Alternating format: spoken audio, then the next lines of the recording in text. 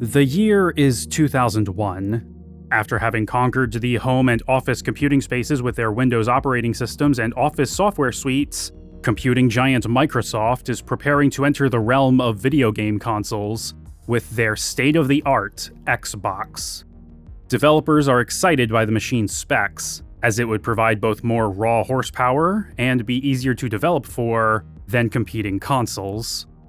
The Xbox would be filling the hole left by Sega, while competing against the dominant force that was Sony and legacy darling Nintendo.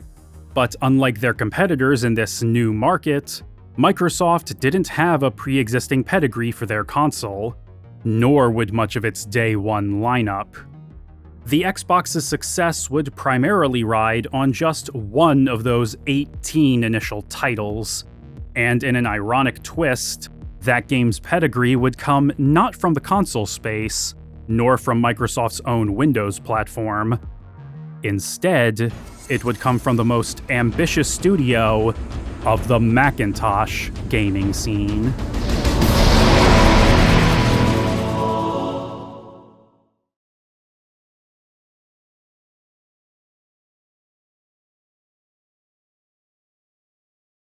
If there were any studio that could be called the rock stars of Mac gaming, it was Bungie. While finishing his degree in mathematics at the University of Chicago in May 1991, 22-year-old Alex Seropian was caught between wanting to go out and get a job or starting his own video game company. Against his father's advice, he started Bungie Software Products Corporation the very next day, intent on building upon his experience programming a freeware Pong clone, NOP, the previous year. Bungie's first commercial game, Operation Desert Storm, would be released in June 1991. Seropian would box and shrink-wrap the game himself, selling 2,500 copies without a publisher. Afterward, he would partner up with UC undergrad Jason Jones, who was porting a network-only game he had made for the Apple II, Minotaur: The Labyrinths of Crete, over to the Mac. Ambitious as it was, however, its lack of any single-player offerings led to it faring about as well as Seropian's solo efforts commercially, but through working on Minotaur, he and Jones realized that they worked well together and would continue their partnership, splitting ownership of Bungie 50-50. The company would really start to find its footing in 1993, when Jones's plans for a 3D remake of Minotaur would crash against his fascination with id Software's Wolfenstein 3D. He and Seropian would hire their first employee to work on the art for Pathways into Darkness, a first-person single-player dungeon crawler featuring texture-mapped graphics. It became Bungie's first critical and commercial success, selling about 20,000 copies, mostly by mail order. The success of Pathways let Bungie move out of Seropian's apartment and into a dedicated office space in Pilsen, as well as hire more people to work on the game that would really put them on the map, Marathon, a sci-fi first-person shooter made to address the criticisms levied against Pathways. Marathon would become the Mac's answer to Doom, but with a stronger focus on narrative through the use of in-game terminals, telling a complex story about free will and self-actualization. The demo they brought to Macworld 94 generated a new level excitement from attendees and retailers, which only intensified after the full game was released in December. It was well received not just for its speed, intensity, narrative, and multiplayer, but for its technical achievements, namely its non-Euclidean level design, which allowed for more complex environment layouts than Doom, and the ability to look up and down, if only just barely. It even allowed players to aim using the mouse, setting a new standard for the genre. Marathon's sales would also trounce those of Pathways, selling over 100,000 copies within its first year, forcing Bungie to completely rework their distribution strategy to meet the demand. Marathon was a major hit, and would spawn 2 sequels in as many years, with the third game, Marathon Infinity, being developed by Double-Lot, a smaller studio based out of Brooklyn composed of former Bungie employees. Bungie themselves, however, were aspiring to loftier goals. 1997 saw their first real foray into publishing other studios' games with Pangea Software's Weekend Warrior, as well as the establishment of a second studio, Bungie West, in San Jose, California. The main studio, meanwhile, would develop the 3D real-time strategy game Myth: The Fallen Lords, releasing for both Mac and PC that November, spending $2 million between development, marketing, and distribution. Like the Marathon trilogy, Myth's reception was glowing, with particular praise being given to how it bucked genre tropes to zero in on strategic complexity. PC Gamer would name it the best RTS of 1997, and it would be named Game of the Year by Computer Game Strategy Plus. It would only sell about 40,000 copies by year's end, but both Myth and its 1998 sequel would strengthen Bungie's growing online community and cement its place as the 101st fastest-growing private company in the United States according to Inc. magazine, with the studio's income increasing over 2,200% between 1993 and 1997. In just 7 years, Bungie had gone from 2 men shrink-wrapping their games in a spare bedroom to rising stars in the games industry.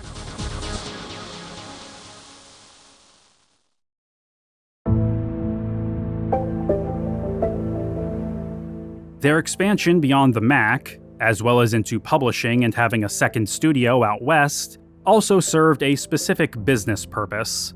In order to maintain strong relationships with distributors without sacrificing their independence, Bungie needed to have more than a single game coming out once a year or every few years.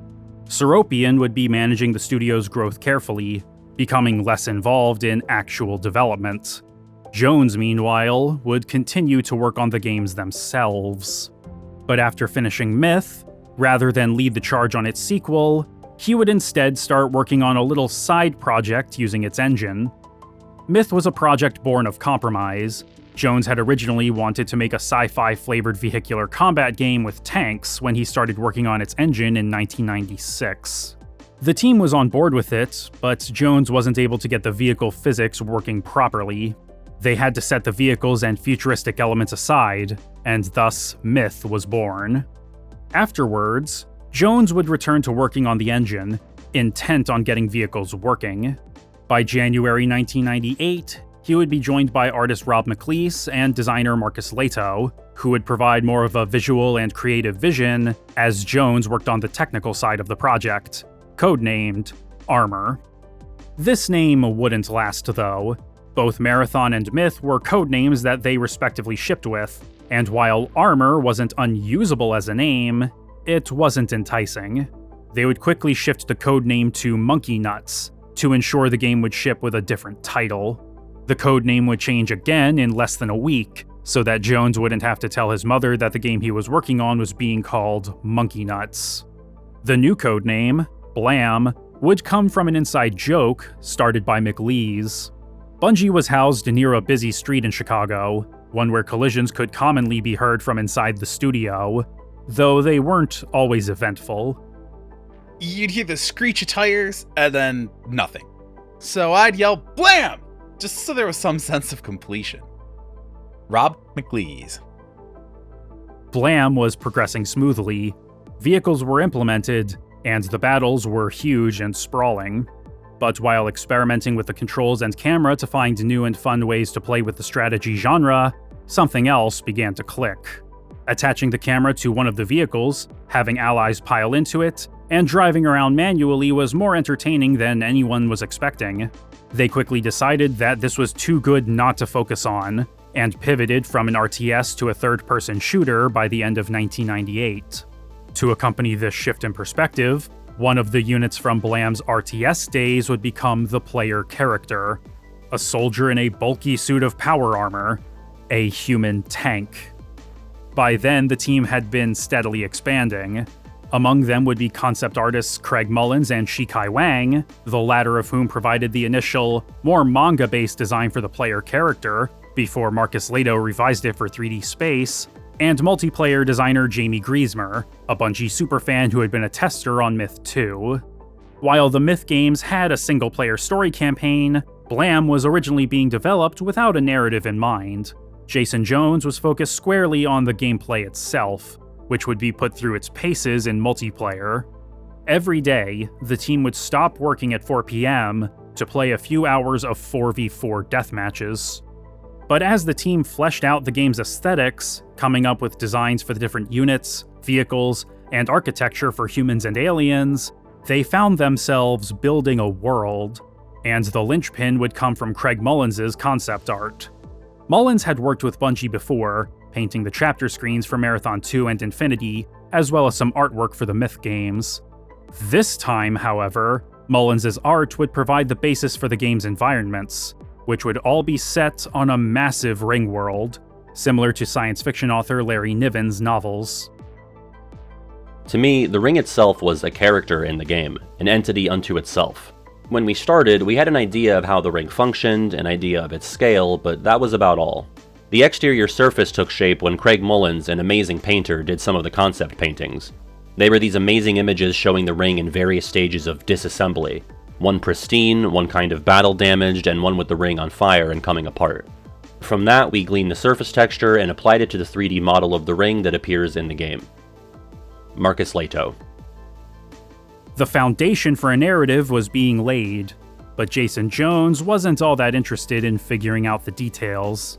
Why players were fighting these aliens and the significance of the ring world took a distant backseat to the actual gameplay for him. The story would instead be molded by a newcomer to Bungie, Joseph Staten. Whereas Bungie's founders had gotten their start at the University of Chicago, Staten's undergraduate studies were at rival Northwestern University, where he would major in theater and communications. He would ultimately get his master's degree in international relations from the University of Chicago, with plans to join the CIA or some other foreign services. When he didn't make the cut, Staten gave up on the idea of foreign service, and returned home to California to help work at his family's winery in the Sonoma Valley. His primary leisure activity during this time was playing online games of Myth, during which he would meet Bungie employees like Tuncer Deniz. It was through these connections that Staten would set up an interview with Alex Seropian, and he would be hired to cut promo videos for international marketing in 1998. Before too long, though, he would be the writer for Blam. When I joined Bungie, I had no idea how to make movies and video games. Luckily, no one at Bungie did either. It turned out that the person who could stand up and talk about Aristotelian dramatic distance and how to break or not break the fourth wall was like the Oracle of Delphi, and got to figure this stuff out. Joseph Staten.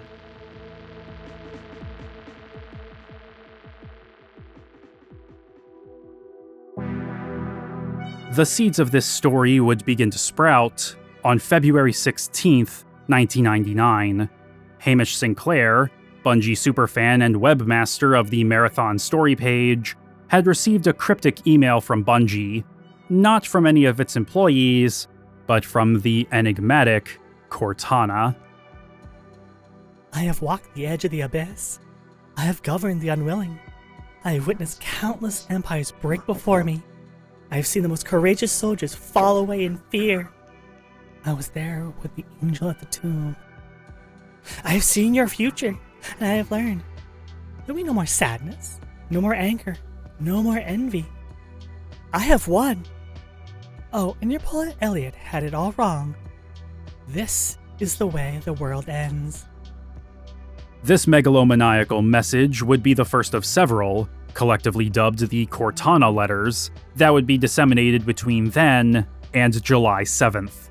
As Sinclair shared and cataloged the letters and their origins with other members of the community, fans would quickly pick up on various allusions to both literature and Bungie's own previous works, most notably the Marathon trilogy, with Cortana's name and disposition clearly echoing those of Durandal. It was quickly assumed that the letters were part of a viral marketing campaign for Bungie's next game. But aside from the insane proclamations of what seemed to be a deteriorating artificial intelligence and the codename Blam, fans had little else to work off of. The codename was not long for this world, however. Before its closed access, NDA-restricted demo at E3 that May, a proper title would have to be chosen. Bungie would hire an outside company to come up with a list of potential names, which included Solipsis, The Crystal Palace, Hard Vacuum, Age of Aquarius, Red Shift, Starshield, and The Santa Machine, among many others. Initially, the name Covenant was the frontrunner, with a handful of logo treatments being produced. Environment artist Paul Russell, however, was vocally dismissive of it, putting forth several suggestions of his own. Out of all of Russell's names, Jason Jones immediately gravitated towards Halo, based on the game's setting. But not everyone shared his enthusiasm. Alex Seropian wasn't a fan. Others felt like it didn't seem right for an action game, that potential buyers would think it was some sort of religious game, or that they would confuse it with Shiny Entertainment's upcoming Messiah. But it did have a certain aura about it, an air of mystery that Marcus Lato admired. Halo's secret E3 demo was already generating some buzz, but the excitement was heavily restricted by the NDAs.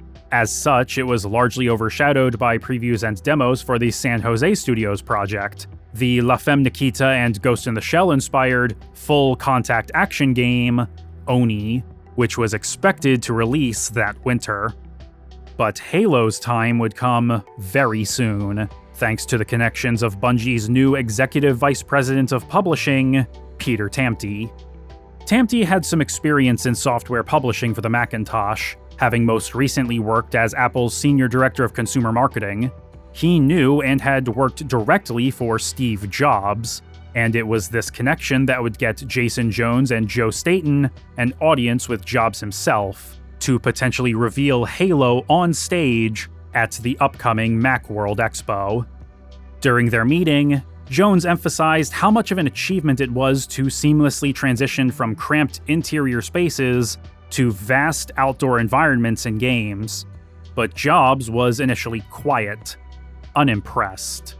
Jobs noted that Pixar, which he had purchased from Lucasfilm and personally bankrolled in 1986, could do all of this and so much more. But when Jones questioned whether Pixar could do it all in real time, Jobs realized what it was that he was being shown, and agreed to have them on stage. Oni had caught the attention of Steven Spielberg at E3, but having Steve Jobs introduce Halo on stage during a keynote event at Macworld would turn heads like nothing else. But it wasn't that simple. It's never that simple. While Halo was always meant to be released for both PC and Mac, the primary development platform was PC. This is how the game was presented to Jobs, and when he gave the green light to show it at Macworld, Bungie only had a few weeks to get a demo working on the Mac. It was just barely enough time to get the OpenGL-based demo ported over, but not in a 100% working state. While the breathtaking scale and visuals made the transition largely unscathed, there simply wasn't enough time to do the same for the audio. A totally silent reveal was not an option, leaving Joe Staten to turn to one of Bungie's most faithful collaborators, Marty O'Donnell, to compose a piece of music for the demo.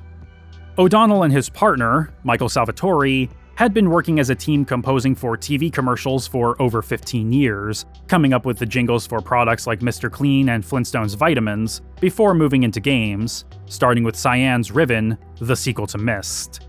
They would start contracting with Bungie during Myth: The Fallen Lords, composing the score and then licensing their work for both games in the series, as well as having a hand in their audio design. For the Halo demo, Staten would task O'Donnell with composing a piece that felt ancient, epic, and mysterious, and he and Salvatore had just one weekend to do it. O'Donnell quickly decided to bookend the track with a monk choir to tick the ancient and mysterious boxes, the melody for which he improvised while driving to Salvatore's home that Saturday. They recorded it that Monday, burned it to a CD, and handed it off to Jason Jones just before he and Staten got in the cab to go to the airport. Work was still being done on the demo even during the flight to New York, but O'Donnell and Salvatore had played their part. At least until O'Donnell woke up from a nap that day and checked his answering machine. Hey Marty, it's Alexander at Bungie. I left you a message on your cell phone. The guys busted one of the music CDs. I don't know how many you gave them, but Joe called in a panic asking if there's any chance you could overnight another music CD to their hotel. And I think if that's going to work, they're going to need to get it tomorrow, which means it's going to have to go out tonight, and it's already 7:30, so I don't know if it's possible. But if it is, I'm going to leave you the address of their hotel.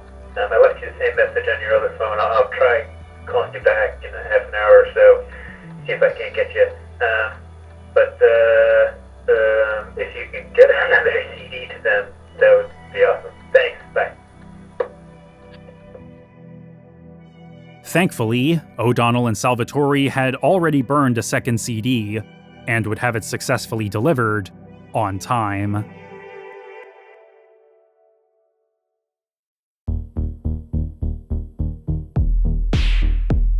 On the morning of Wednesday, July 21st, 1999, Steve Jobs would deliver his keynote speech at Macworld Expo in New York City. Apple was seeing consumers and developers adopt their platform in droves over the past year, thanks to the iMac, and Jobs was all too eager to flaunt this success. But about halfway through the presentation, he would pull out the big guns. Another one I'd like to highlight is a game from Bungie. Now, Jobs would espouse how Apple was recommitting to games, how they were adopting OpenGL and 3D accelerators and other software to enable developers to make their games the best they can be on the Mac. But talk was cheap. It was time to pull back the curtain. And so I'm very happy to welcome on the stage Jason Jones, who is the co-founder of Bungie and the Halo project lead. Halo is the name of this game, and we're going to see, for the first time, Halo. Welcome, Jason. Thanks, Steve. QuickTime's really cool, but what I'm about to show you is not a QuickTime movie. Everything you're about to see is being rendered in real time on a Macintosh using OpenGL.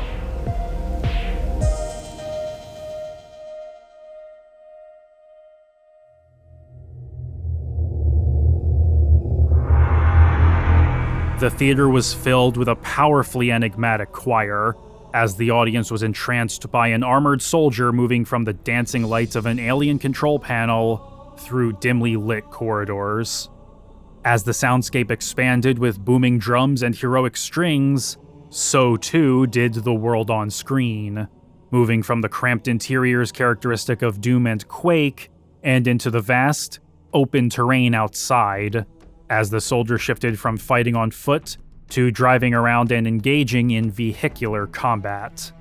The demo ended with him waving the Bungie flag over the battlefield, victorious in debuting Halo to the world, before showing the game's logo, as designed and finalized by artist Lorraine McLeese only a month prior. Thanks a lot.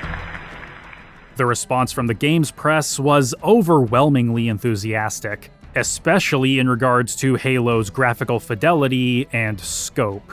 But for some, this wasn't their first exposure to Bungie's latest work, and they would write about their excitement for the game's multiplayer offerings, vehicle physics, and their experience with it at E3, as well as for the technology powering it. Without spending a single penny on marketing, Halo was already one of the most hotly anticipated games hitting the PC in 2000. It was looking like Bungie, the scrappy rebels of the independent Mac gaming scene, were finally breaking through into the mainstream, before they crossed paths with an empire that made them an offer they couldn't refuse.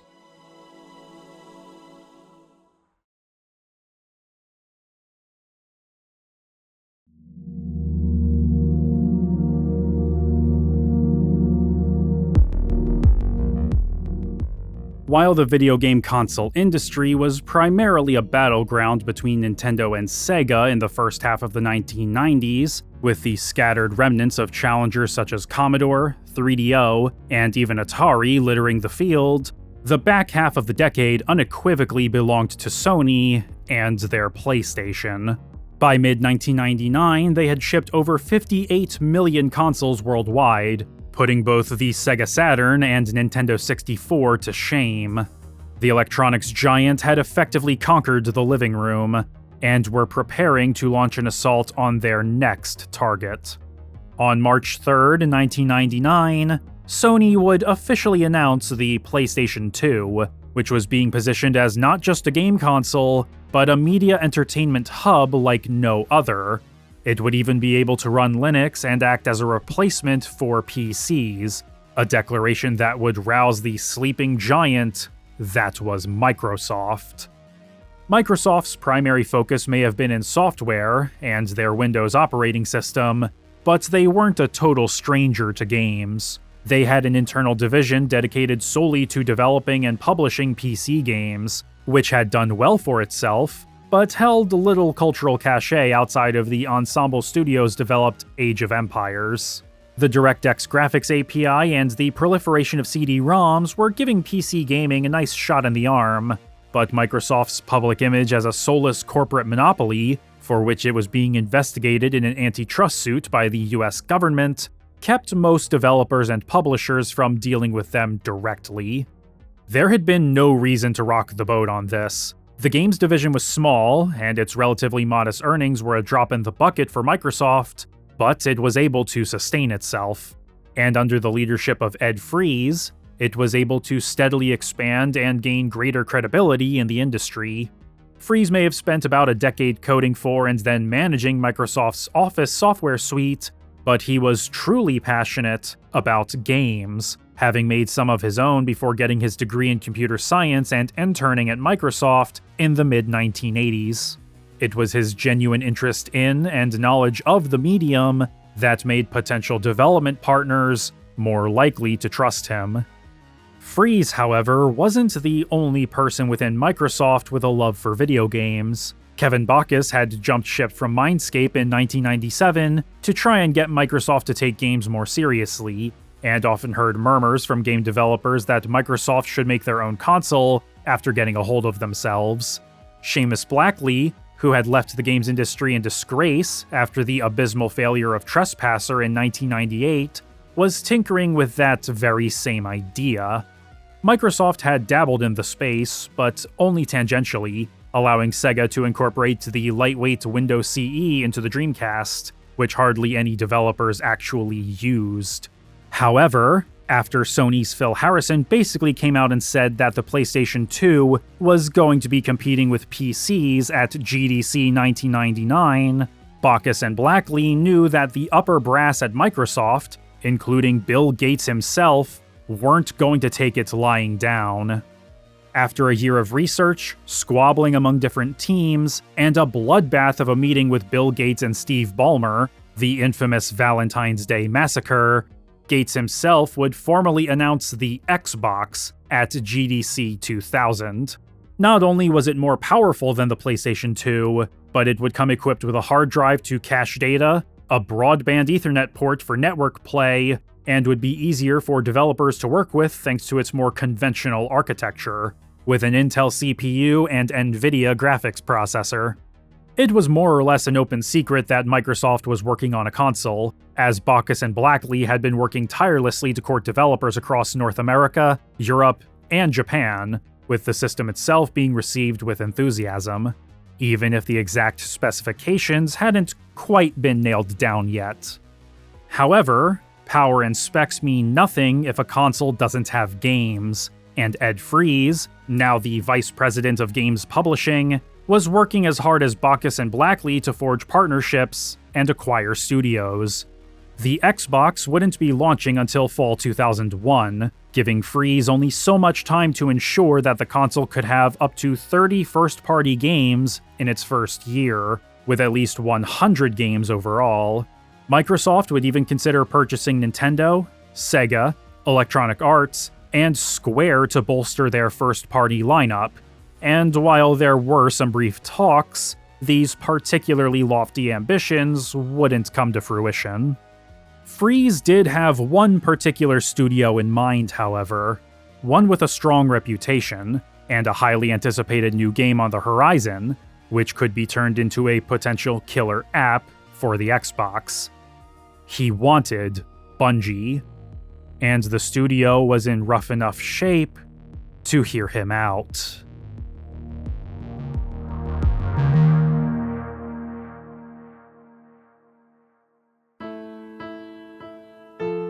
In March 1998, Bungie had moved out of the abandoned girls' school with a crack house out back in Pilsen to a much nicer office in West Ontario, right across the street from O'Donnell and Salvatore's studio, Total Audio.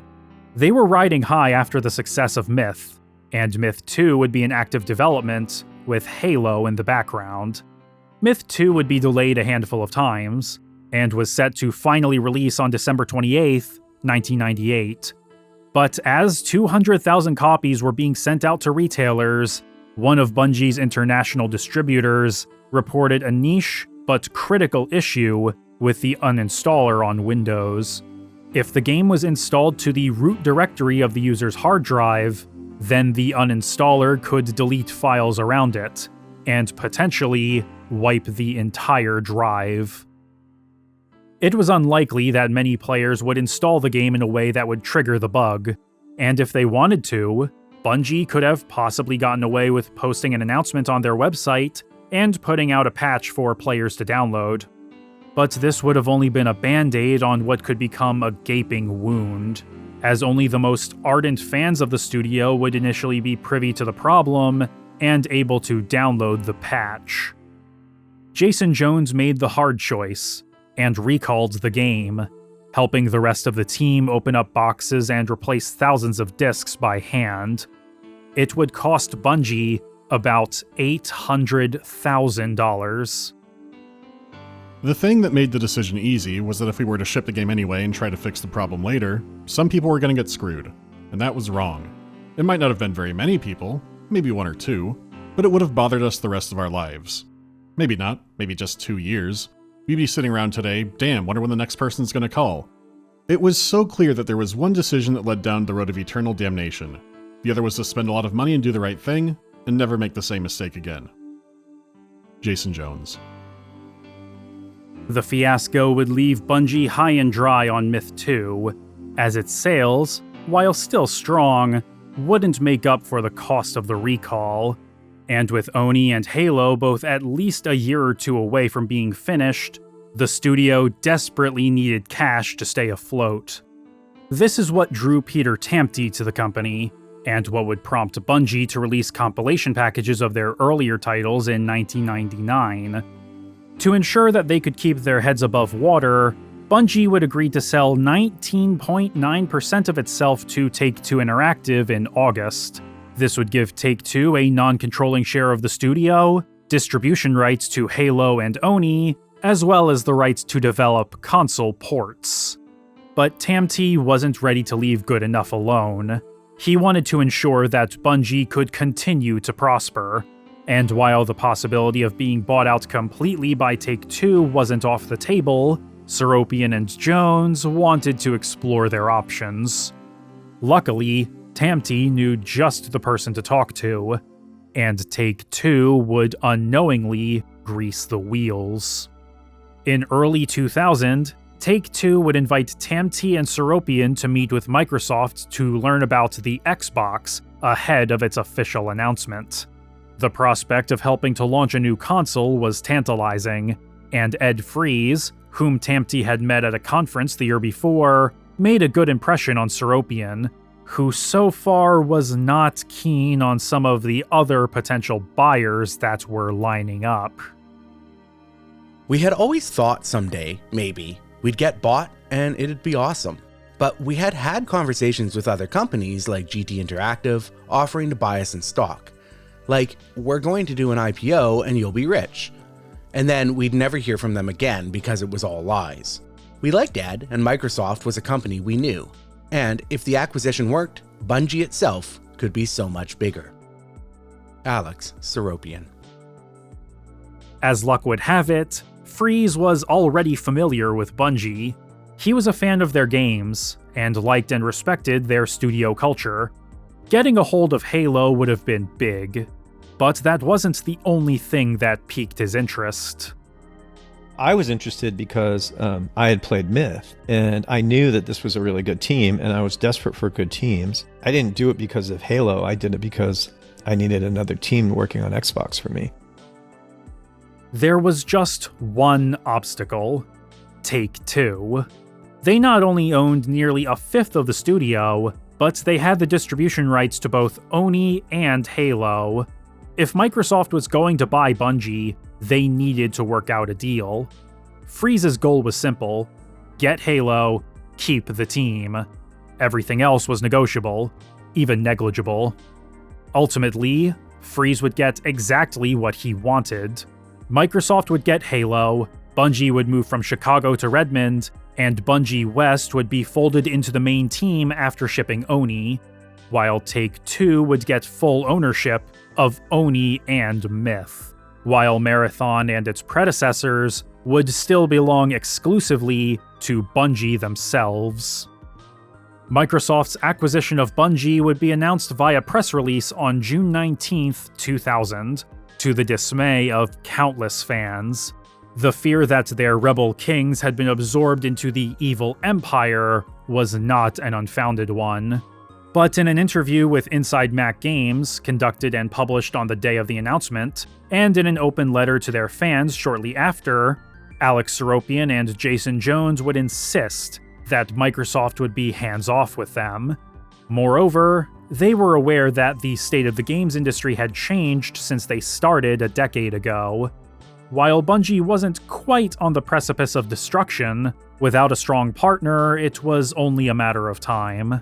By going with Microsoft, they would have all the resources they could ever want, the opportunity to shape the future of an entire platform while it was still in development, and Halo would be able to reach a far wider audience. Their plans for world domination would not be hindered.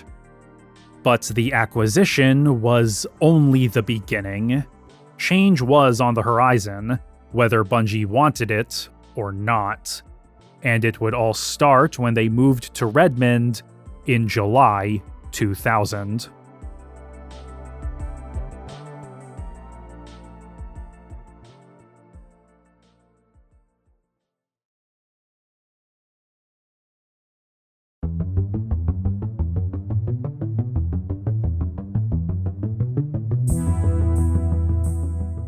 Right from the start, there was friction between Bungie and Microsoft.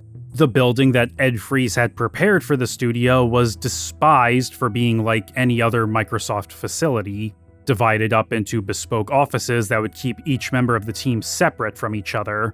He had to put Bungie in temporary quarters near the Encarta team, while he had the walls torn down, as Jones, Seropian, and the rest of the team wanted to work in an open space to encourage collaboration, just like they did in Chicago.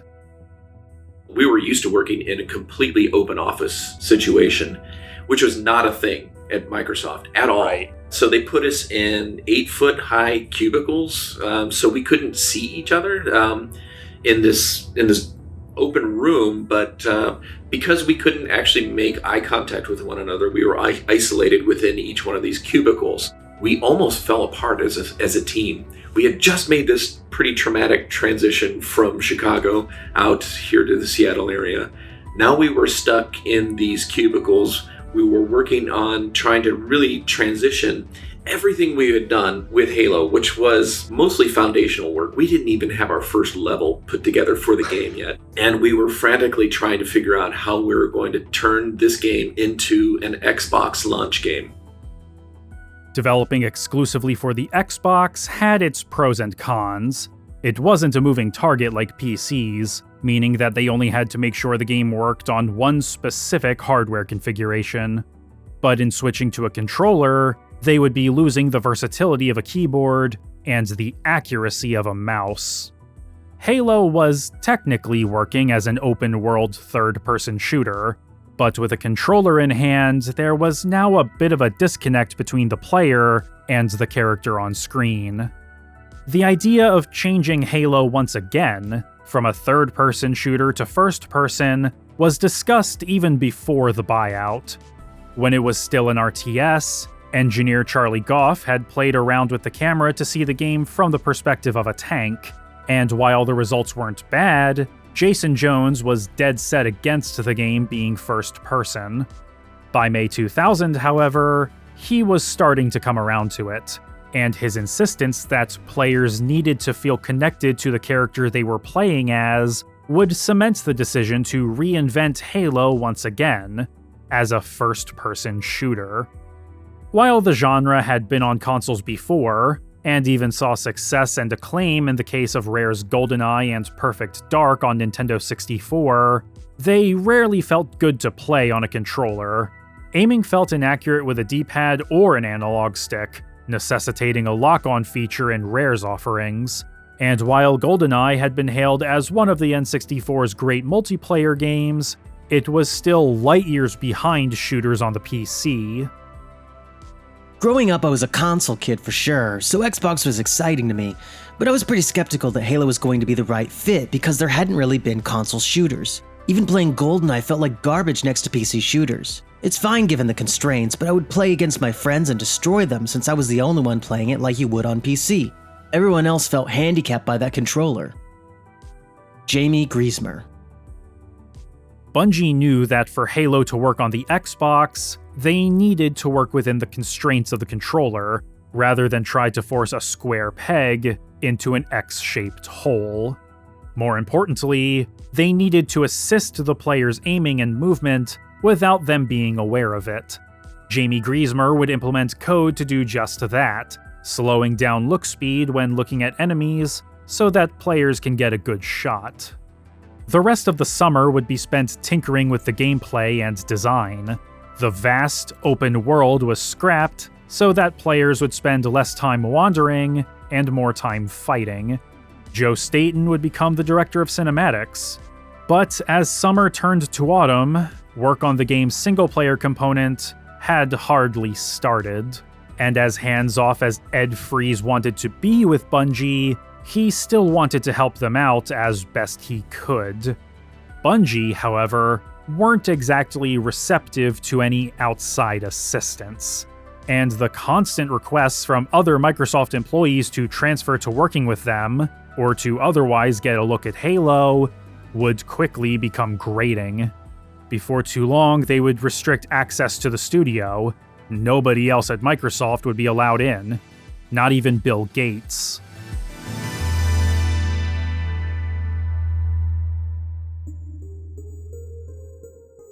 With so much work left to be done and time running short, however, Microsoft would assign John Howard, a designer from previous Microsoft acquisition FASA, to be Halo's new lead designer. The story was still being hashed out as late as December, and as the studio marched forward into 2001, with the Oni team now brought into the fold, they still barely had anything outside of the game's core mechanics. Freeze would insist that Bungie use one of Microsoft's QA teams to ensure that Halo would be getting the polish it needed, but Bungie felt it was unnecessary. They ultimately compromised. Freeze would give them a testing team, but they would be stationed outside of Bungie's doors, and thus wouldn't have access to the studio. Bungie and Microsoft continued to butt heads throughout the rest of development, but rarely in ways that truly got under the team's skin. And the whole time, Ed Freeze was trying to do what was best for the studio first and foremost. But there were 2 points that led to particularly prolonged wars of attrition. The first was the title. Microsoft were persistent in trying to convince Bungie to change the name, arguing that Halo wasn't properly reflective of the super soldier power fantasy they thought they were selling, while also noting that it translated to something effeminate in other languages. They pestered Bungie about it for months, before finally relenting and suggesting a subtitle as a compromise: Combat Evolved. The team at Bungie thought it was stupid, but if putting it on the box would get the suits in marketing to stop pestering them, they would agree. They could easily ignore it. Second was Microsoft's determination to potentially turn Halo into a multimedia franchise. In early 2001, Microsoft writers Eric Troutman and Brandon Boren, alongside John Howard and Bungie's Doug Zartman, would prepare the Halo Story Bible as a reference guide for outside writers to contribute to the Halo universe. The first foray into the realm of Halo media outside the game would be a prequel novel, The Fall of Reach, written by Eric Nyland. While Bungie would approve of Nyland's outline for the book, they were indignant about the prospect the whole time. In fact, Bungie were proving so difficult to work with that there were considerations that Microsoft should pull back on supporting Halo and instead concentrate their efforts on the naval combat game Bloodwake instead.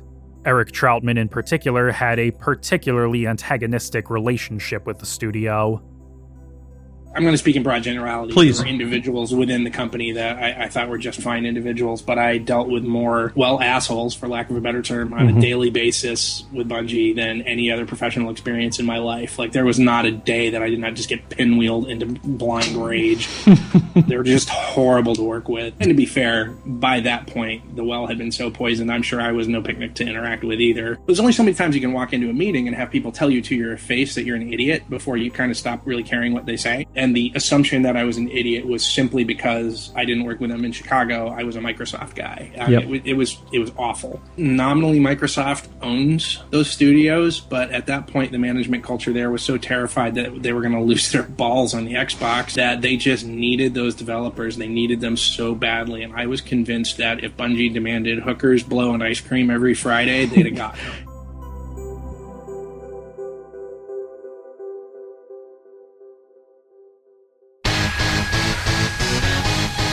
Halo's public showing at E3 2001 would shake the confidence of the press as well. Because Nvidia had missed a critical deadline in the creation of the Xbox's final graphics chip, the systems that Microsoft brought to the show only had a fraction of the power that they had been touting. Their demos varied wildly in performance, with Halo looking like an unoptimized mess. Next Generation wouldn't even consider it worthy of an honorable mention in their recap of the show. Bungie were scrambling to get Halo ready for the Xbox's launch. The game's scope was dramatically reduced, from 25 missions down to just 10. Multiplayer, the core focus of the game in its earliest days, was at one point cut entirely. When Joe Staten finished all of the cutscenes in September, Marty O'Donnell and Michael Salvatore only had 3 days to implement the score and Foley, and one of those days was lost when the World Trade Center was destroyed. The mission dialogue wasn't up to snuff either, and with mere days before it had to be recorded, John Howard feverishly called Eric Troutman for recommendations on who to bring in to rewrite it. Knowing that Microsoft's approval and contracting process would be far too slow for this impossibly tight deadline, Troutman saw an opportunity to kill two birds with one stone. Bungie were ready to put their foot down and pull the plug on Nyland's novel, with 3 weeks left before his deadline. Troutman would strike a deal with Jason Jones and Alex Seropian, in exchange for letting the novel happen, with Bungie still being able to review and approve the contents of it. Troutman and Brandon Boren would finish the game's script. The only caveat would be that they would be doing so without actually seeing the game. They would only have descriptions of what was happening on screen to work from. Bungie would crunch hard to get the game done, but the pieces were all falling into place. Jason Jones would describe it to a friend as like a cathedral self-assembling out of a hurricane. Eric Nyland would finish writing The Fall of Reach in 7 weeks, and it would be published by Del Rey Books in October, before the game itself or the Xbox would hit store shelves, thus priming the pump. But Halo would be one of nearly 20 launch titles for the Xbox, and the buzz surrounding it had fizzled after its suboptimal showing at E3. The rest of the launch lineup was promising. Between the sleek graphics of Project Gotham Racing, the multiplayer party game Fusion Frenzy, and the presence of Oddworld Munch's Odyssey, Tony Hawk's Pro Skater 2X, and Dead or Alive 3 as a timed exclusive, all showing that Microsoft not only had variety on their side, but developer confidence as well. And that was to say nothing of the impressive offerings coming out for the PlayStation 2 that holiday season, such as Final Fantasy X, Jak and Daxter, Grand Theft Auto 3, Metal Gear Solid 2, and Devil May Cry. After nearly 4 years of development, 3 genre changes, 2 shifts in platform, and 1 big corporate buyout, Halo was ready to hit store shelves alongside the Xbox on November 15th, 2001.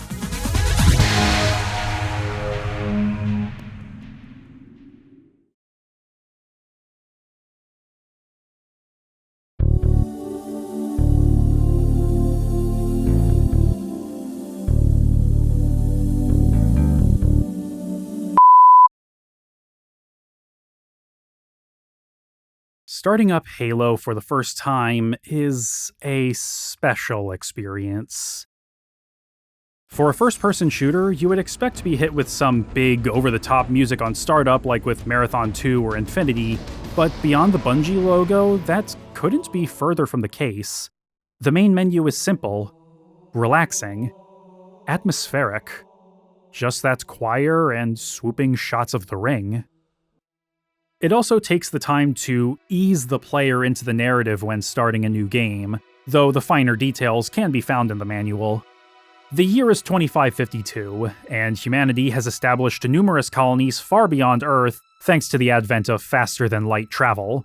About 30 years ago, one of the outer colonies, Harvest, fell out of contact with the rest of human space, and when a fleet of ships was sent to investigate, only one returned, badly damaged.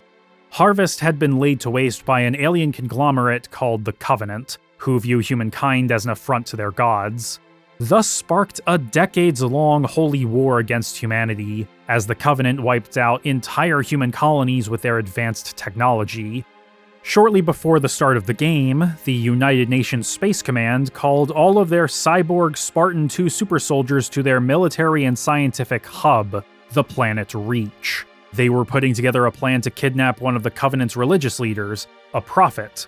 But shortly before the operation was set to begin, the Covenant showed up at their front door. Reach fell like all the rest, and with it the UNSC's last line of defense before Earth. Some humans did manage to escape the devastation, making random FTL jumps to lure the Covenant away from Earth. One of these ships, the Pillar of Autumn, has on board the last surviving Spartan II, the Master Chief. The rest died defending Reach. The random jump has brought the Autumn to a strange ring world orbiting a gas giant, which is when the game begins. Captain Jacob Keyes, the ship's AI, Cortana, and the rest of the crew don't have much time to assess the situation before Covenant ships zero in on the Autumn, preparing to board. The Master Chief is thawed from cryostasis, Keyes charges him with protecting Cortana from being captured by the enemy, and, with no possible way they can fend off the attack on the Autumn, he gives the order to abandon ship. From there, the Chief's objectives are pretty straightforward. Protect Cortana, regroup with the scattered Marines from the Autumn, figure out what this ring is, and stop the Covenant from wiping out humanity. There's a lot more backstory in Eric Nyland's prequel novel, including the origins of the Spartan IIs, the issues going on between the UNSC and the colonies before first contact with the Covenant, how the Fall of Reach itself actually went down, and how an artifact the Spartans recovered before the battle helped Cortana make a not-so-random slip-space jump that led them to the ring. But none of that is needed to get to grips with the story at hand. In fact, there are some minor details in there which contradict the manual, like the year that Harvest was lost, and how, technically, the Chief is not the last Spartan.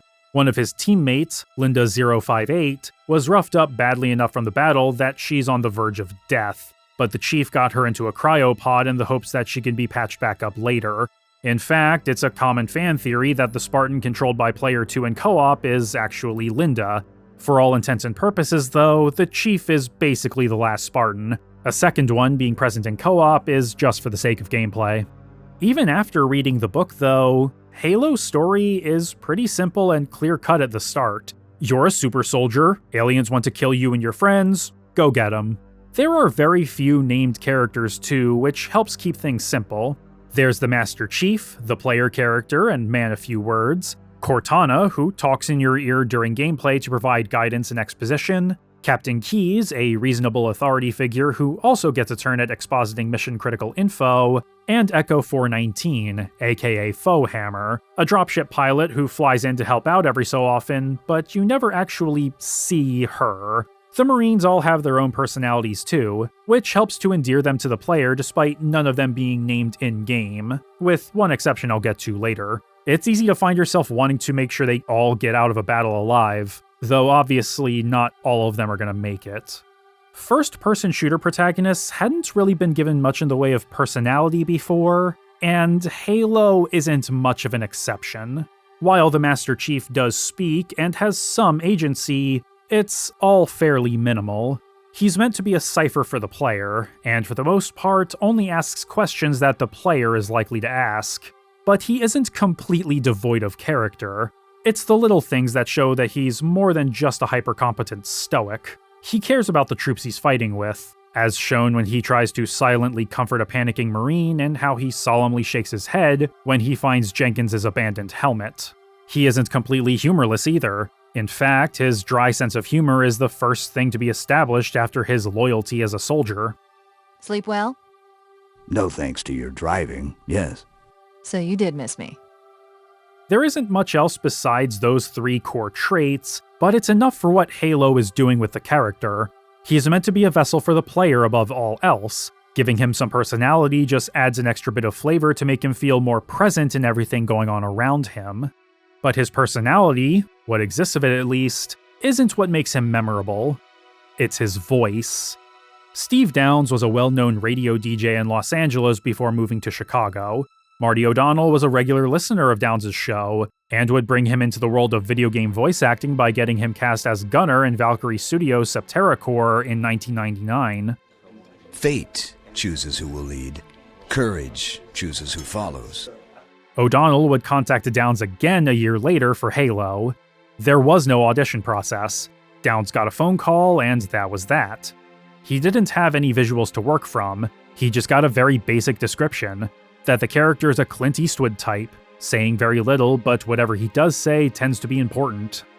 Downes' performance is as restrained as you would expect given that description, but it's his steady and slightly gravelly baritone that makes it memorable. Your architecture isn't much different from the Autumn's. Don't get any funny ideas. The Chief only has about 30 or so lines of dialogue in the entire game, but there were more recorded before the story was edited down. According to Joe Staten, they felt that more dialogue presented more opportunities for the Chief to say something that would be out of step with the player's thinking, and that by leaving out details about the Chief himself, players were more able to immerse themselves within him. Of course, there is more to him if you read The Fall of Reach. Like the other Spartans, the Master Chief was kidnapped by the UNSC's Office of Naval Intelligence when he was only 6 years old, to be indoctrinated into their super soldier program, on account of his supposedly perfect genetic profile, all in the name of quelling a growing insurrection among the outer colonies. Their last names were each replaced with a number to sever their connections to their old lives, and they were put through intense physical and mental training and conditioning right from the start to indoctrinate them into the program. At age 14, their bodies were physically augmented to give them practically unbreakable bones and superhuman strength and agility, but half of the 75 candidates either died or were horribly maimed in the process. The rest of his backstory plays out more or less how you expect. The Covenant show up, the Spartans, now in their early 40s, are called back to Reach, most of them die when the Covenant attack, and then the game starts shortly after. There is a bit more to that, like how the Chief considers himself responsible for all of the Spartans, and how the first death of a Spartan weighs heavily on him to this day, but again, none of that is necessary to understand what's going on here. Not to linger too much on the book, but the way it frames the Chief's background is a little strange. Lip service is briefly paid to how morally reprehensible the idea of kidnapping children and turning them into soldiers is, but other than that, it's all presented in a pretty blasé manner. There's a tragic quality to the Master Chief that is hardly even acknowledged. Depending on how you parse the text, it can even be seen as being celebrated. The Chief himself certainly doesn't pay it much mind by this point. He's been a tool of the UNSC for over 30 years, but the implications and ramifications of the Spartan 2 program are deeply uncomfortable in basically every respect, save for being a major boon in fighting the Covenant, both in practical terms and in boosting the morale of the troops and, supposedly, the public. In any case, the Chief is positioned as being a savior figure. His presence inspires the Marines when all hope seems lost, and he's able to single-handedly turn the tide of battle. Even his name and number, John 117, are meant to invoke the idea of him being almost Christ-like in how he moves those around him. The original tweets are sadly gone, but Eric Troutman supposedly came up with the name and number in reference to Revelations 1:17, which was written by the Apostle John. When I saw him, I fell at his feet as though dead, but he placed his right hand on me, saying, "Do not be afraid. I am the first and the last." While I wouldn't describe the Master Chief as being a Christ analog, and to be fair to Troutman, I doubt that's exactly what he was going for, This specific verse is a strong encapsulation of what he means to humanity. He is their savior, just in a literal sense rather than spiritually. However, his name doesn't actually appear in the game, nor in the manual, only in the book. The guys at Bungie felt that calling him John wasn't going to pass muster, and to be fair, it wouldn't, not in a military setting. They decided instead that he would only be referred to by his rank, which at first was going to be commander. Rob McLeese, however, knew that a naval commander would never be sent out to fight in the field, and so they looked up what the highest expendable rank was in the US Navy, Master Chief Petty Officer. Even though they thought the name Master Chief sounded dumb, it ultimately stuck.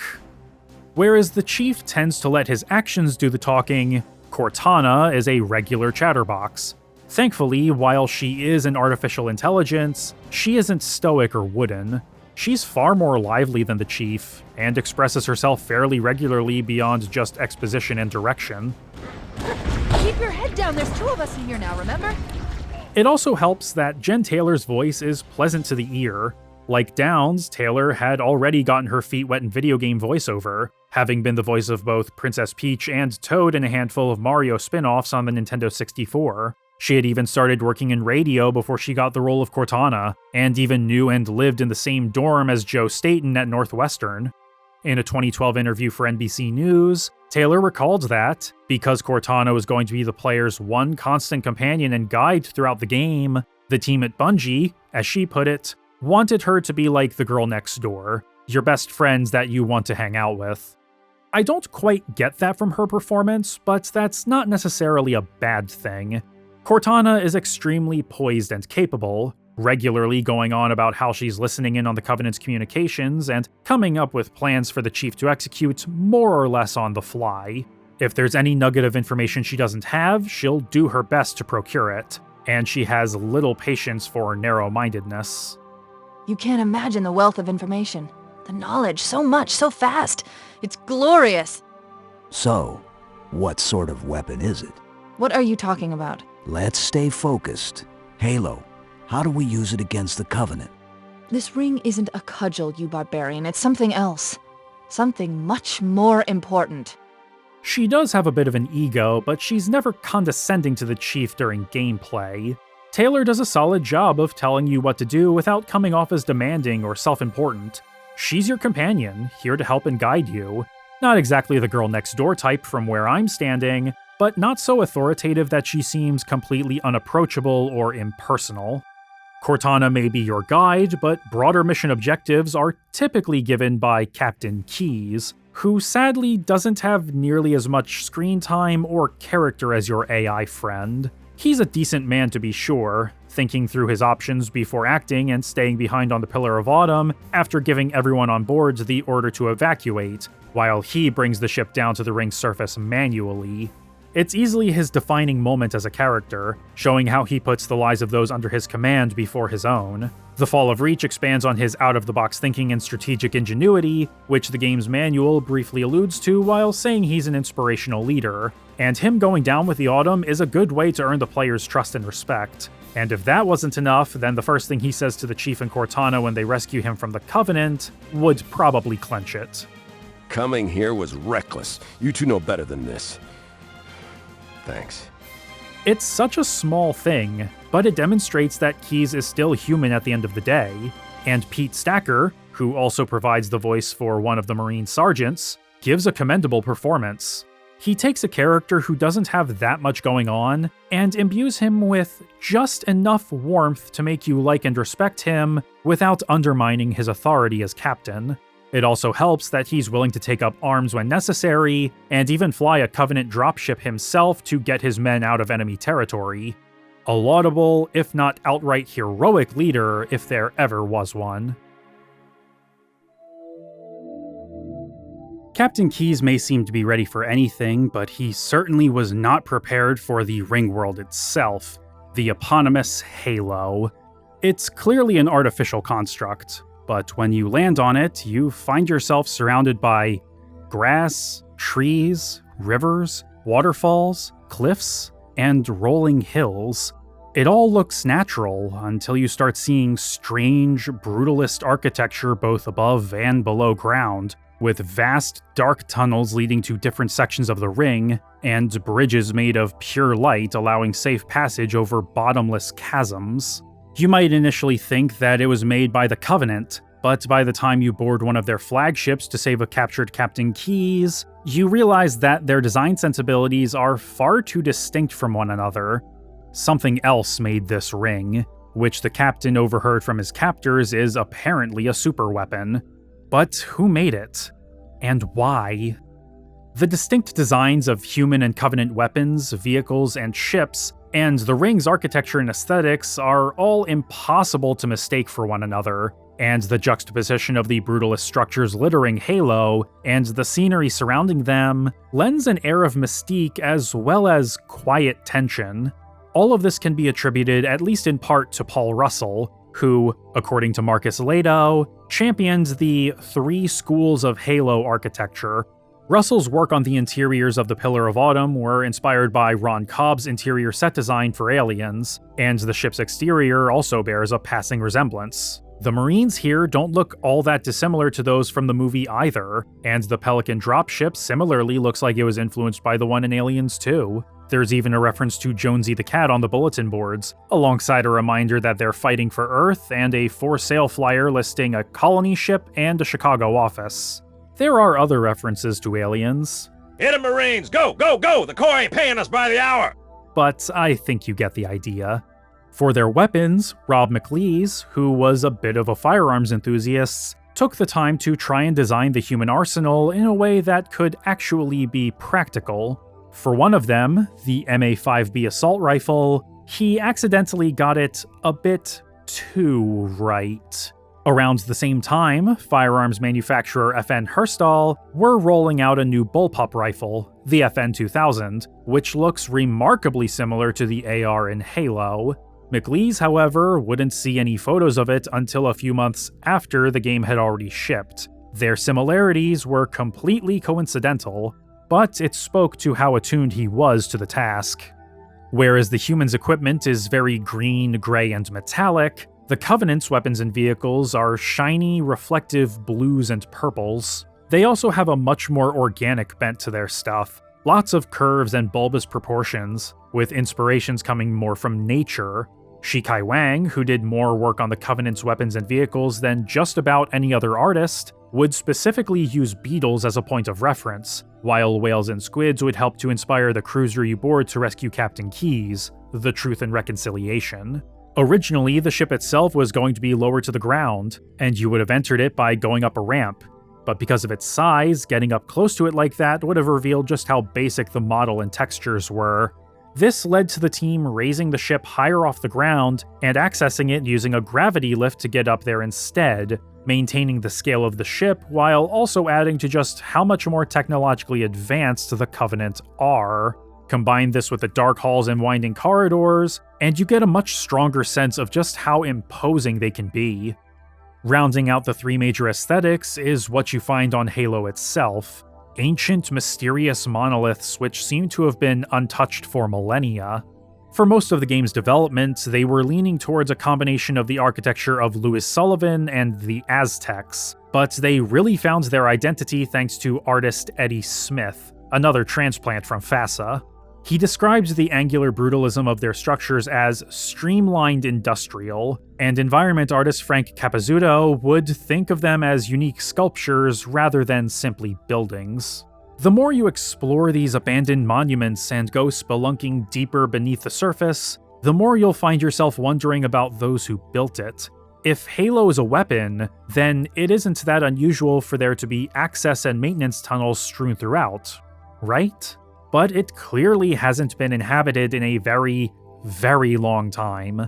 Aside from the structures themselves, there are 0 signs of life. Most of the places you find are dark, with minimal signs of activity, but the ring clearly has some functions still operating. There's gravity here, which is either artificial or centrifugal, and there are these structures which regularly fire these bursts of energy straight up into the air for reasons unknown. Most intriguing, however, is how controls for things like light bridges and the map room respond to human contact. Of course, that's setting aside what else is on the ring's surface. There are rolling hills, desert mesas, oceans, islands, and ice valleys peppered all over, and these and their respective climates are all natural phenomena. Why would a superweapon have all of these biomes on it, complete with their own weather patterns? Originally, there were even going to be different fauna hanging around different parts of the ring, but it was found that the intrigue and mystery were better served by a complete lack of any life before you or the Covenant arrive. I have to agree, it's exceptionally unnerving to find a beautiful scene of nature that's completely devoid of any life. Halo's story may be fairly lightweight, but it's elevated by its presentation. Cinematic camera angles, a strong atmosphere, and an engrossing score all give it a greater sense of weight. It's not all shooting all the time. There are plenty of instances where the player is made to feel small in vast, open environments previously unseen in the genre. The enigmatic nature of the ring compounds this, as does the soundtrack, which in many instances single-handedly carries Halo's tone and atmosphere on its back. Both Marty O'Donnell and Michael Salvatore had been working on Bungie's games since Myth: The Fallen Lords, but for Halo, it was initially just O'Donnell, who went from being a contractor to a full-time employee on May 1st, 2000, just 10 days before Microsoft bought the company. While O'Donnell would move to Washington with Bungie, Salvatore would remain in Chicago.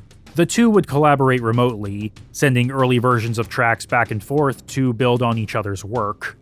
Emotionally, Halo's score runs the gamut from melancholic, to heroic, to ethereal, to bombastic, and everything in between. And because O'Donnell was the audio director as well as composer, it always stands out cleanly in the mix, building and fading away in response to the action. That unforgettable theme from the original Macworld demo is still intact, and its melody has been reworked into different tracks throughout the game.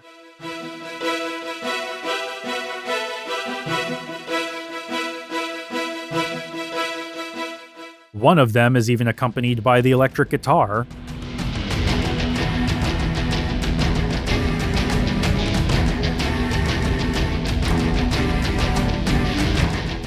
Naturally, given that it's a war story, there are ample moments scored with militaristic percussion, but usually with just a bit of extra zest to keep things interesting.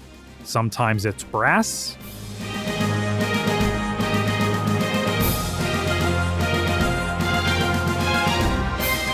Sometimes it's a low, droning tone or ambient chorus to add mystique and tension.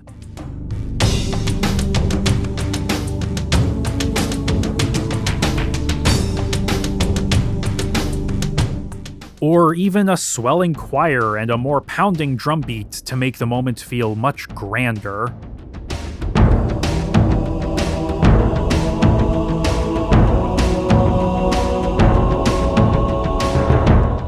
Sometimes it's the more ambient tracks that stick out most.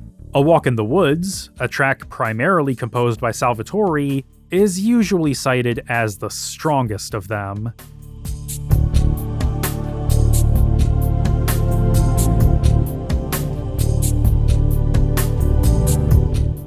While I do love that bass line, I definitely prefer the one from Under Cover of Night, along with how much more the track builds on top of itself. But it never feels like it gets away from itself tonally, at least in my opinion.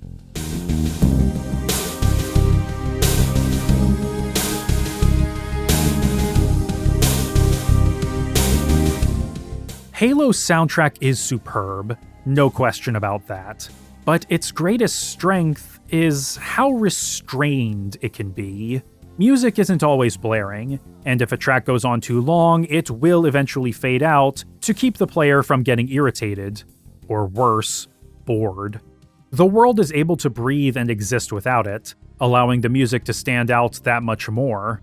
Its greatest weakness, that many tracks get reused at points where they don't fit as well as when they're first heard, is more of a nitpick than anything. Its strengths far outweigh its shortcomings, and compared to every other game on the market at the time, it was in a league of its own sonically. The presentation and tone do a lot of heavy lifting for Halo's by-the-book story and simple characters, but they only mean so much when weighed against what matters most in a shooter: how the game actually plays.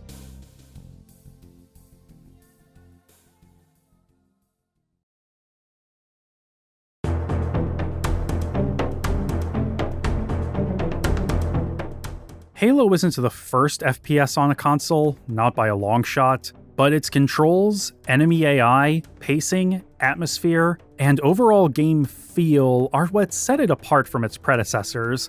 It wasn't the first game in the genre to use dual analog controls on a console. Rare's GoldenEye and Perfect Dark had options for that on N64 if you had two controllers. In fact, Alien Resurrection for PS1 had a default dual analog control scheme the previous year if you had a DualShock controller. That game was largely criticized for this, as Josh Raridan of the Video Game History Foundation found when compiling multiple contemporary reviews, but the controls are only part of what makes Halo feel good to play and stand out from the pack. Having those controls remain consistent when you hop into a vehicle, grenades and melee having their own dedicated buttons, a recharging energy shield on top of finite health, and subtle aim assist that slows down your look speed when your reticle moves over an enemy, all encourage playing it differently than other games in the genre. There are still temporary power-ups you can pick up, namely the overshield and active camo, but they're found pretty infrequently. They're good when they pop up and can turn the tide of an encounter to your favor, but they're not a core part of the gameplay, just a little extra augment.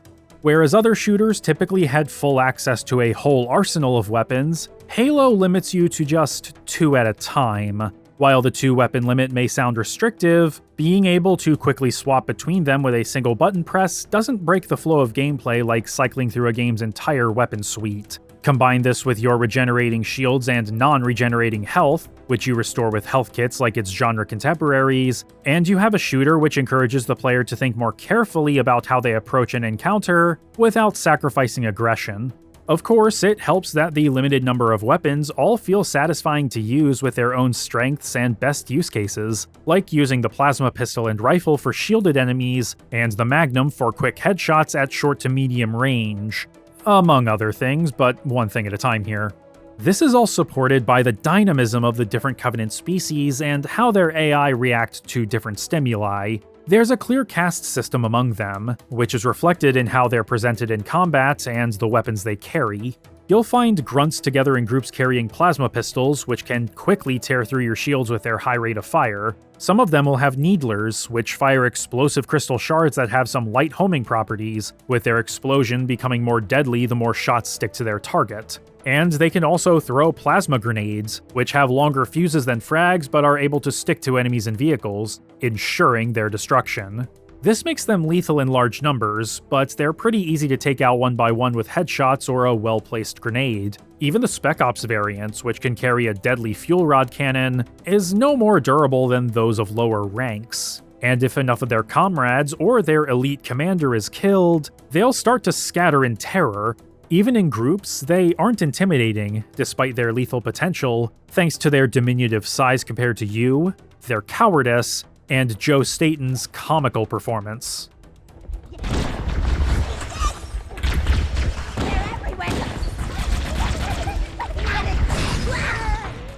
Above them are the bird-like jackals, who are physically much more frail than the grunts and only ever carry plasma pistols, but they make up for their frailty with the large energy shield they carry on their other arm. You can break through it with enough force, wait for them to lower their guard, or use the pistol or sniper rifle to hit them in one of the exposed parts of the shield. They don't have as much personality as the other Covenant though, nor as much variety in the sandbox. They feel more like a complementary enemy to the grunts and the elites. As their name suggests, the elites are the enemies that are closest in strength, speed, and stature to the Master Chief. They aren't cowards like the grunts, and unlike the jackals, they rarely hesitate to move in on the player. Their energy shields also behave just like yours. They cover their whole body and can recharge if they're given the opportunity to take cover for long enough. They're stronger, faster, and far more aggressive than their subordinates, with more ranks and specialties among them. 3 out of the 4 Covenant races have different ranks that are reflected by their appearance. For the Grunts and Jackals, the differences are mostly cosmetic. The former may get some different weapons, but the Minors and Majors for both species, as well as the Spec Ops Grunts, are equally squishy as each other. Not so with the Elites, which can have stronger shields, active camo, be even more aggressive, use an energy sword that can instantly kill you, or some combination thereof.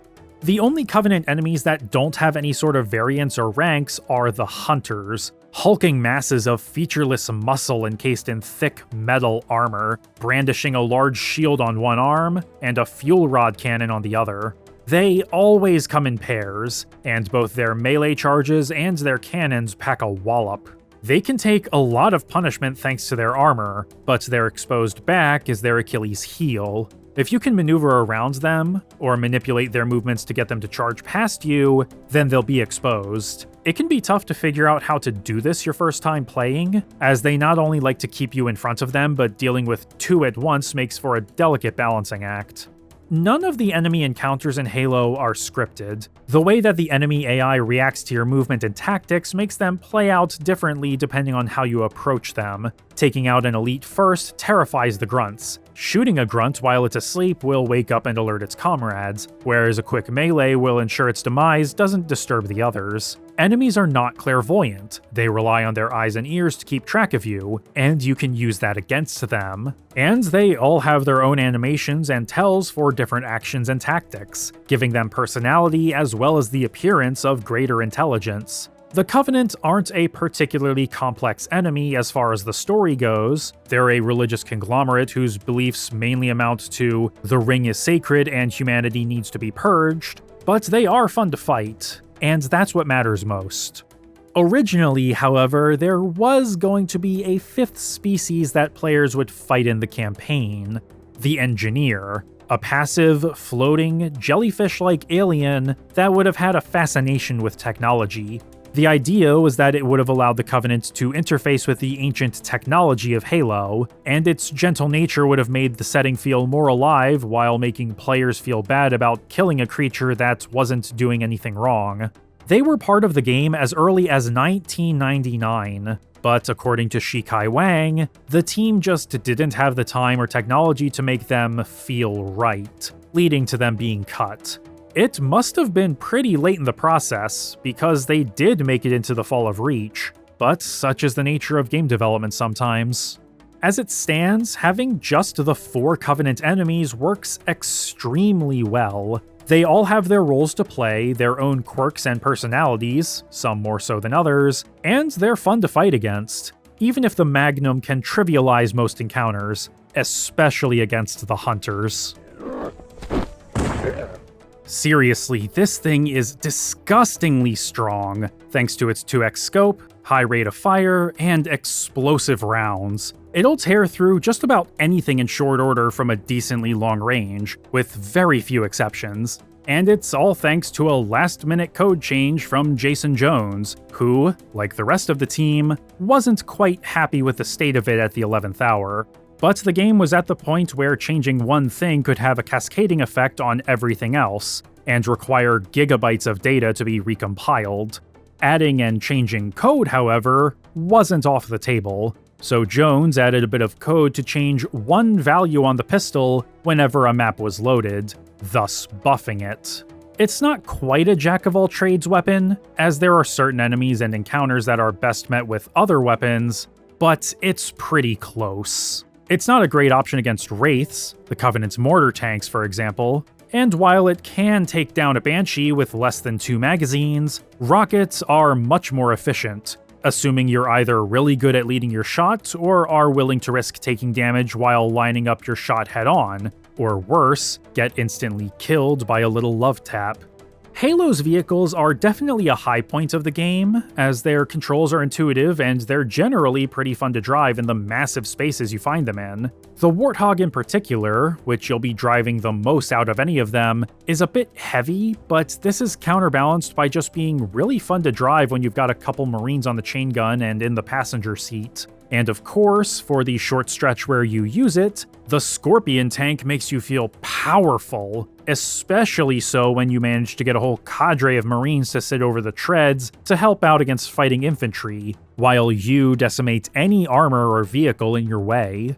The only thing that's really annoying about vehicles as a whole is how even the briefest touch from them while they're in motion leads to instant death. It's fun to use this to your advantage against enemy infantry, but you can also fall victim to this yourself, even from your own vehicle if you get out while it's in motion, and the game's physics engine decides it doesn't like you that particular day. It's far from a game-breaking issue, and honestly leads to more moments of comedy than true frustration, just like the chain reactions that can occur when you blow up a bunch of plasma grenades on the ground, but it's something that's almost impossible to ignore. Thankfully, whenever you have to or are able to use a vehicle, the level design more than accommodates its use with plenty of open space. Part of the fun of using them, however, comes from trying to force them into places they're clearly not meant to go, such as the passageways and inner trails on Silent Cartographer. Seasoned players can force the Warthog or Banshee into the most insane places with the right velocity at the right angle, but even after decades of playing this game, I am still not used to how much the Warthog digs into the dirt, or how the lack of friction on the Ghost affects its handling. They're still fun even without trying to break parts of the game though, and again, that's what matters. The controls, weapons, and enemy AI all come together to make Halo's moment-to-moment gameplay truly shine. It's that 30 seconds of fun that Jamie Griesmer likes to go on about which keeps you on the hook, just with new variables every time to keep things interesting. And even if you're struggling and dying a lot, failure doesn't always feel all that punishing. Halo has a checkpoint system that will save your progress at certain points in the level, and if you die, you'll automatically reset to that checkpoint after a few seconds. The checkpoints themselves can at times be a bit maddening, setting you back maybe a bit further than you'd like and costing you a few extra minutes of progress, but the quick reset was implemented specifically to encourage players to keep playing. Jamie Griesmer has explained that having a fail state be accompanied by a continue screen would just give players an out to not continue playing, rather than inviting them to do so. By removing the option and plopping them back into the fray, players would be less likely to be discouraged.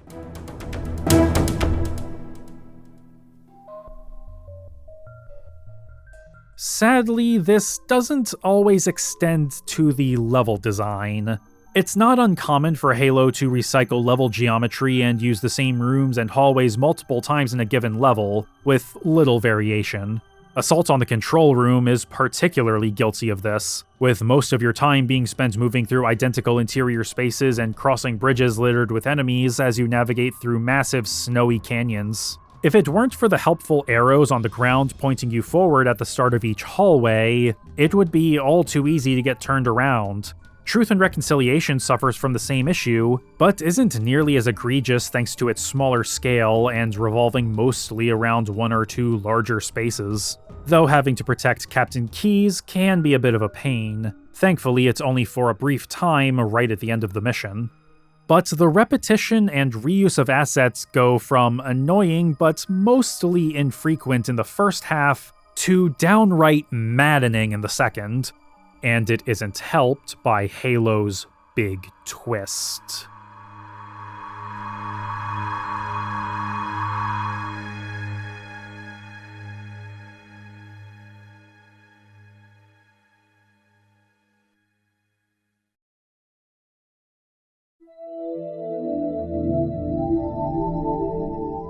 After forcing their way into Halo's control room, the Master Chief plugs Cortana into the terminal so they can learn its secrets.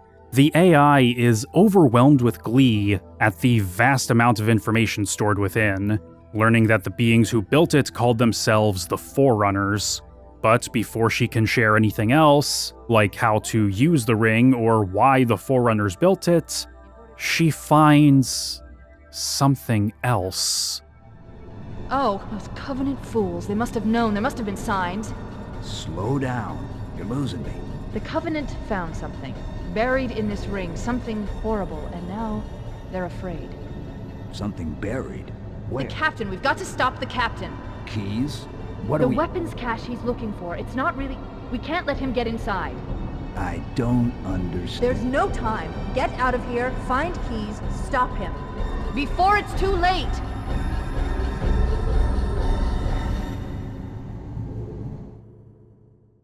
This marks the start of a massive tonal shift. The second half of the game starts with the Chief on his own, with no backup, being dropped into a dark, dank swamp. Friendlies pop up at the edge of your motion tracker, but... what was that? Why are the Covenant running scared from the bunker? Why were they being shot by human weapons, but there's not a single Marine here? Oh, geez, buddy, what happened here? Stay back! You're not turning me into one of those things! Up until now, Halo has been a pretty fun action game, but the bombast has been stripped away. The lonely atmosphere that's been weaved into different parts of the game's design takes center stage here, as you navigate through gore-spackled corridors with nary a friendly in sight, and hardly any enemies either. You don't even have Cortana in your head anymore. You are truly alone. No less capable than before, but now there's a mounting sense of dread. Something happened here. Something horrible. And now, you're walking straight into it.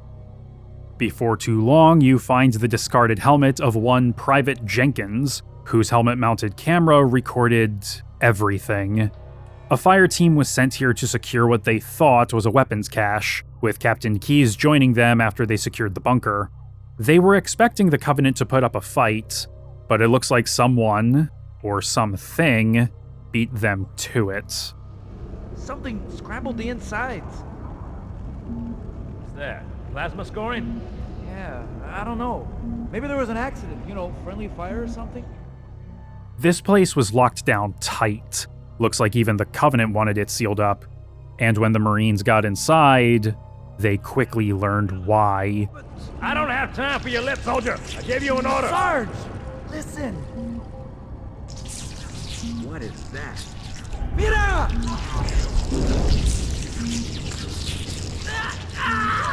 Hold still! Hold still! There are too many, Sarge! Don't even think about it, Marine. Oh, this is local! Back here, Marine. Take it! Whatever those things are, they didn't leave much behind. No corpses, only blood and weapons. After 15 seconds, you hear banging metal as a swarm of the little alien pods burst through the door at the other end of the room. They try to leap at you, but individually, they're weak and easily dispatched with controlled bursts from the assault rifle. But then more crash through the other doors, pouring into the chamber, skittering about the floor with their slimy tentacles. Then the door you came in through opens. More of them charge through, backed up by a group of bulbous bipeds that leap towards you with the same horrid tenacity. Your shots tear through their flesh, ripping the creatures apart. But they're relentless, coming after you in wave after wave as you attempt to navigate back to the elevator and return to the surface, only for it to plunge you even deeper into the horrid chaos that's been unleashed. You quickly realize why there were no bodies left behind. You've been fighting them.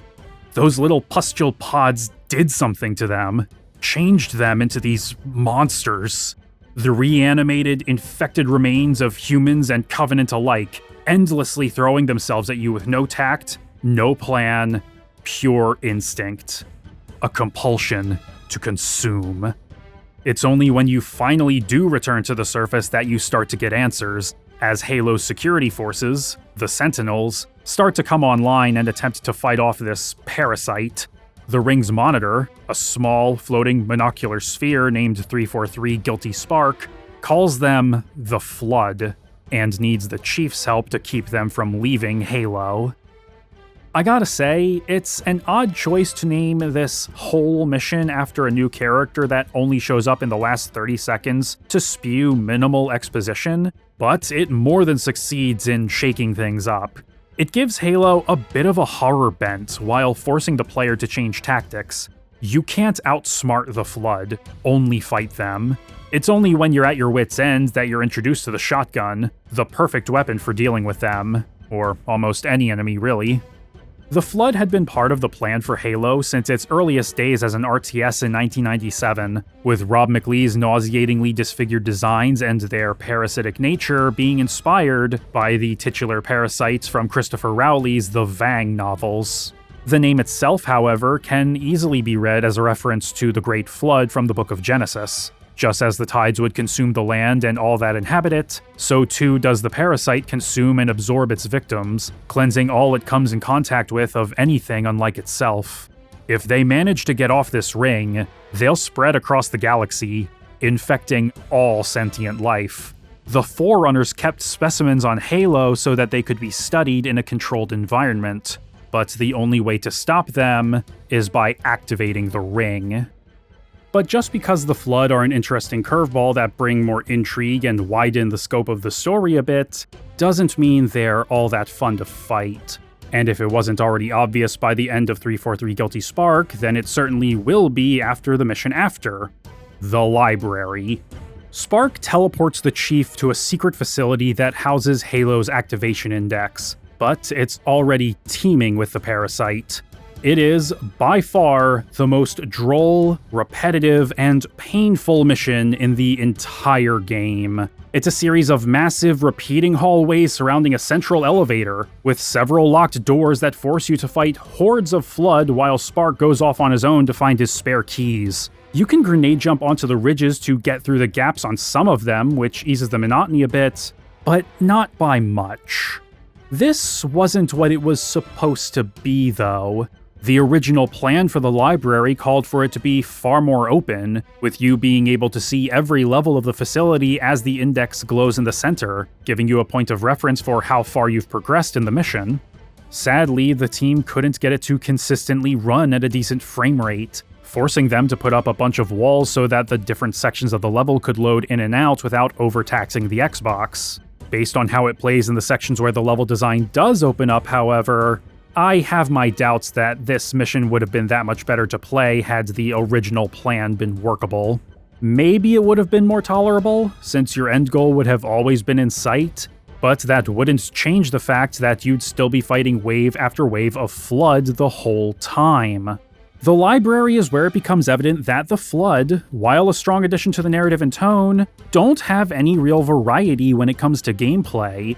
The infection forms are only really a threat if your shields are down, otherwise they pop when they touch you. Carrier forms are annoying because they explode and disperse infection forms when they die, knocking you back if you're close. And combat forms have exactly one state of aggro, regardless of whether they're carrying weapons. And they can use all the same weapons as you. They're annoying with shotguns, but the Rocket Flood are just the worst. The library is so dark that you'll need to use the flashlight basically all the time, but that doesn't make identifying a Rocket Flood in time easy. Usually they'll launch one at you as soon as they see you or when you're close by, giving you almost no time to react. The quick respawning helps here because you'll know what you're in for after one failure and can plan accordingly, but it's no less frustrating.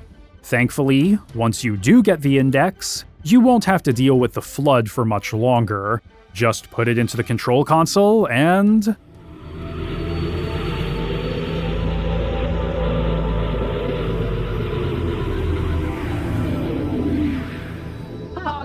That wasn't supposed to happen. Oh, really? Cortana. I've spent the last 12 hours cooped up in here watching you toady about, helping that thing get set to slit our throats. Halo doesn't kill Flood. It kills their food. Humans, Covenant, whatever. We're all equally edible. The only way to stop the Flood is to starve them to death. And that's exactly what Halo is designed to do. Wipe the galaxy clean of all sentient life. Oh, the plot thickens. Halo can't be used as a weapon against the Covenant like we thought. Despite Spark's insistence, Halo can't be used at all, and the only way to ensure no one can activate it is to destroy it, thus kicking off the game's third and final act, where you'll have to contend with the Covenant, the Flood, and the Sentinels as Cortana figures out a way to destroy the ring while holding on to the Index, preventing the Monitor from recruiting someone else to light the fuse. Unfortunately, these last few missions are where it becomes really apparent just how strapped for time Bungie were to finish making the game, if it wasn't already obvious by the end of the library. The 8th, 9th, and 10th missions are basically the 1st, 3rd, and 5th played in reverse. There are changes, namely new areas, weapons, and enemy encounters, but the reuse of level geometry is impossible to ignore, with 2 Betrayals being the worst offender of the 3. Assault on the Control Room was already a long mission with repetitive level design, and while you don't move through every single last corridor as you did last time, you still go through most of them, with only a scant few extra rooms you need to fly up to with a Banshee, and even still, those rooms are still recycled from elsewhere in the mission. It's not just the level design that takes a massive hit in the home stretch either.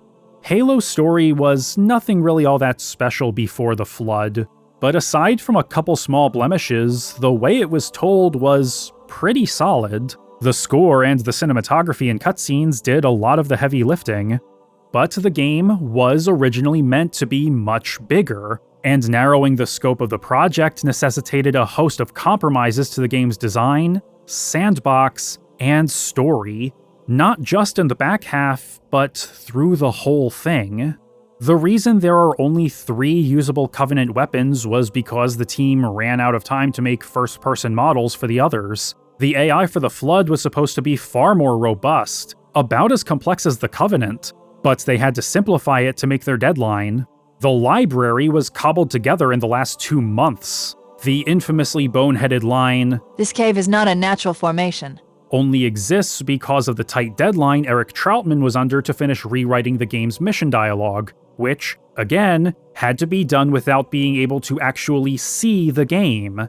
And every time one of the game's originally planned 25 missions was cut, Joe Staten had to quickly scribble out some connective tissue to make up for the holes that were being introduced in the story. My entire time at Bungie, I was the duct tape guy. A level would get cut. Can you put some story duct tape over this giant gap? Which is why you get a crummy cinematic of Captain Keyes going, "I was hanging out in my prison cell, and I happened to overhear these aliens talk about this place we're on, called Halo." There was a whole level where you actually figured that out. In games, you're often ripping out a chapter, or you're changing weapon values. I sometimes liken it to some punk kid walking onto a film set with a paintball gun and just lighting everything up. Halo was very much like that. I can't remember how many levels were cut. Joseph Staten.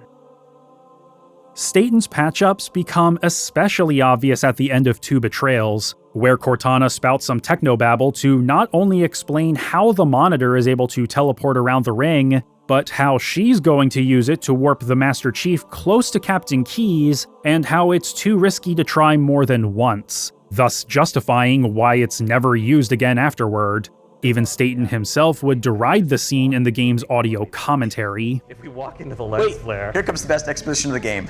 Of course there is. That's how the monitor moves about. Okay, yeah. Listen to how fast Jen is talking. Yeah, because you wrote this like in the last second before she showed up. What? Jen's saying, "What the hell are you people making me read?" Pull it from your suit? Only once. Why is that, Joe? So how are you going to like distract people from saying, "Why haven't you been using this method of transportation Let me just this say whole time?" the worst cinematic in the game, which is what we just saw, is actually And the duct tape crops up again in the penultimate mission, where the Chief tries to find Captain Keyes to use his neural implants to force the Pillar of Autumn's fusion reactors to go critical, which would set off a chain reaction that would destroy Halo. It's easy to predict since he was there at the outbreak, but Captain Keyes won't be coming with us. The Flood has him, absorbed into a bulbous, rotting mass. A horrible fate, not the least because he's still conscious enough to beg us to leave him and get out of here as we search for him. Chief, don't be a fool. Leave me. Captain? Captain? I've lost him. The chief puts the barely conscious captain out of his misery, smashing through his skull to get what he needs. The original plan, though, was for him to burn the flesh surrounding Keyes' skull with a flamethrower to get it out. But when the flamethrower was cut, the scene had to change as well. And as much as he was trying to keep the team on target, John Howard's micromanaging did not help. Under his direction, the weapons supposedly didn't feel good to use, forcing Jason Jones to wrest control of them away from him. 4 weeks before the deadline, Howard made the decision to cut the Scorpion tank because it still wasn't ready. However, one of the designers, Paul Bertone, refused to comply, and out of spite wrangled artists and animators to finish it up within the next couple weeks, which probably explains why it's only usable in a single level. And Jamie Griesmer had his own moment of insubordination against Howard when working on the Flood's introductory mission. We were at the end. That mission was not working. It was not even functional. And it was like, hey, we're like Goldmaster in 3 days. There's a huge number of bugs on this mission. Can you like take it over and fix it? And I was trying to like balance multiplayer weapons, and I did 40% of the missions on Halo 1. So, I mean, I was like very spread thin, and I'm like, I could try. And then John Howard and one of the producers were like, okay, please write out every single thing that you're going to change. We'll get it approved by the triage committee. And I was like, how about you guys off for 3 days and I try to get this in a shape where we can ship it? Like, I literally was like, look, I cannot iterate fast enough if you are going to be all up in it. So, like, get out of the way and pray. That's all you can do. Obviously, the recycled level geometry in the last third was also a result of crunch, except they were going to be more overtaken by the Flood, with some areas showing signs of being physically transformed by the parasite, just like the reanimated remains of your friends and foes, with massive groups of them laying siege to hold up Covenant.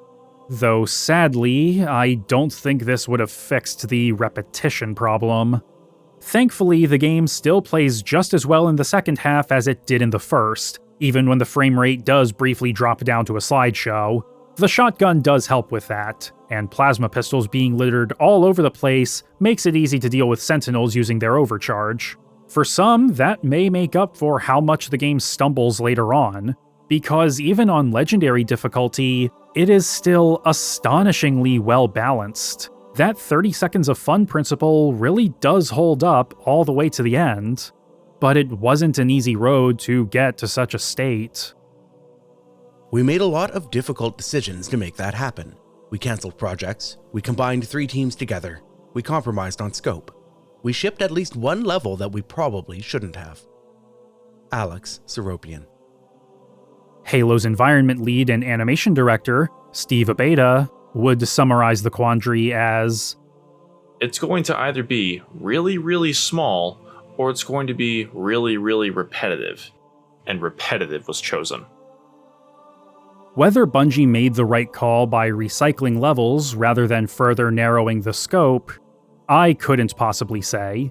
I can only judge the game we got, not some hypothetical version that doesn't exist. The cracks are noticeable even without knowing how they got there, and the repetitive nature of Halo's latter half is definitely a mark against it. But the presentation, atmosphere, and gameplay never falter, and that's enough for it to stay engaging all the way to the end.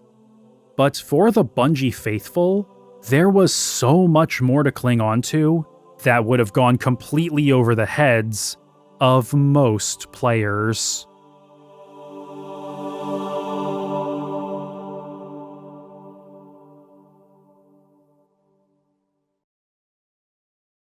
Okay, stay with me on this.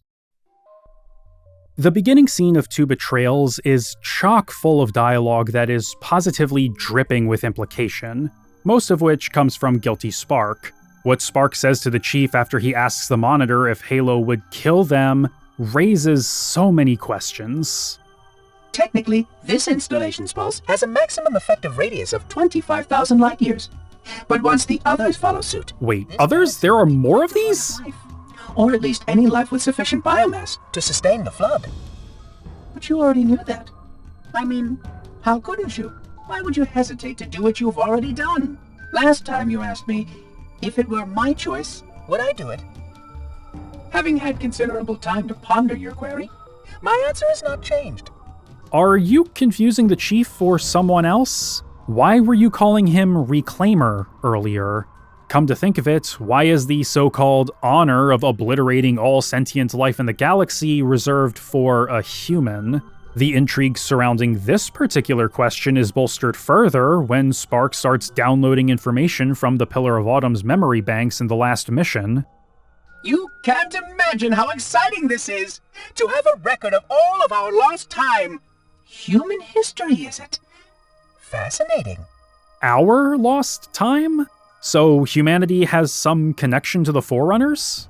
Or has Spark just gone crazy after thousands of years of isolation? For anyone who is introduced to Bungie through Halo, these are probably the questions they would be asking. The game itself offers no definitive answers, but for those Bungie faithful who decided to take a leap of faith and follow the studio to the Xbox, this wouldn't be unexpected, and their familiarity with the studio's history and previous work would be rewarded in spades.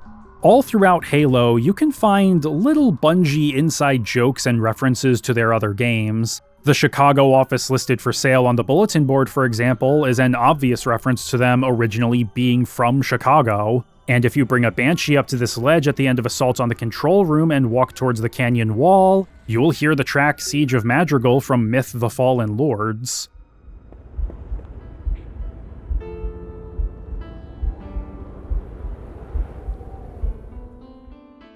There's also, of course, the number 7, which Bungie had been playing with and referencing for years, going all the way back to Minotaur, which supported games of up to 7 players.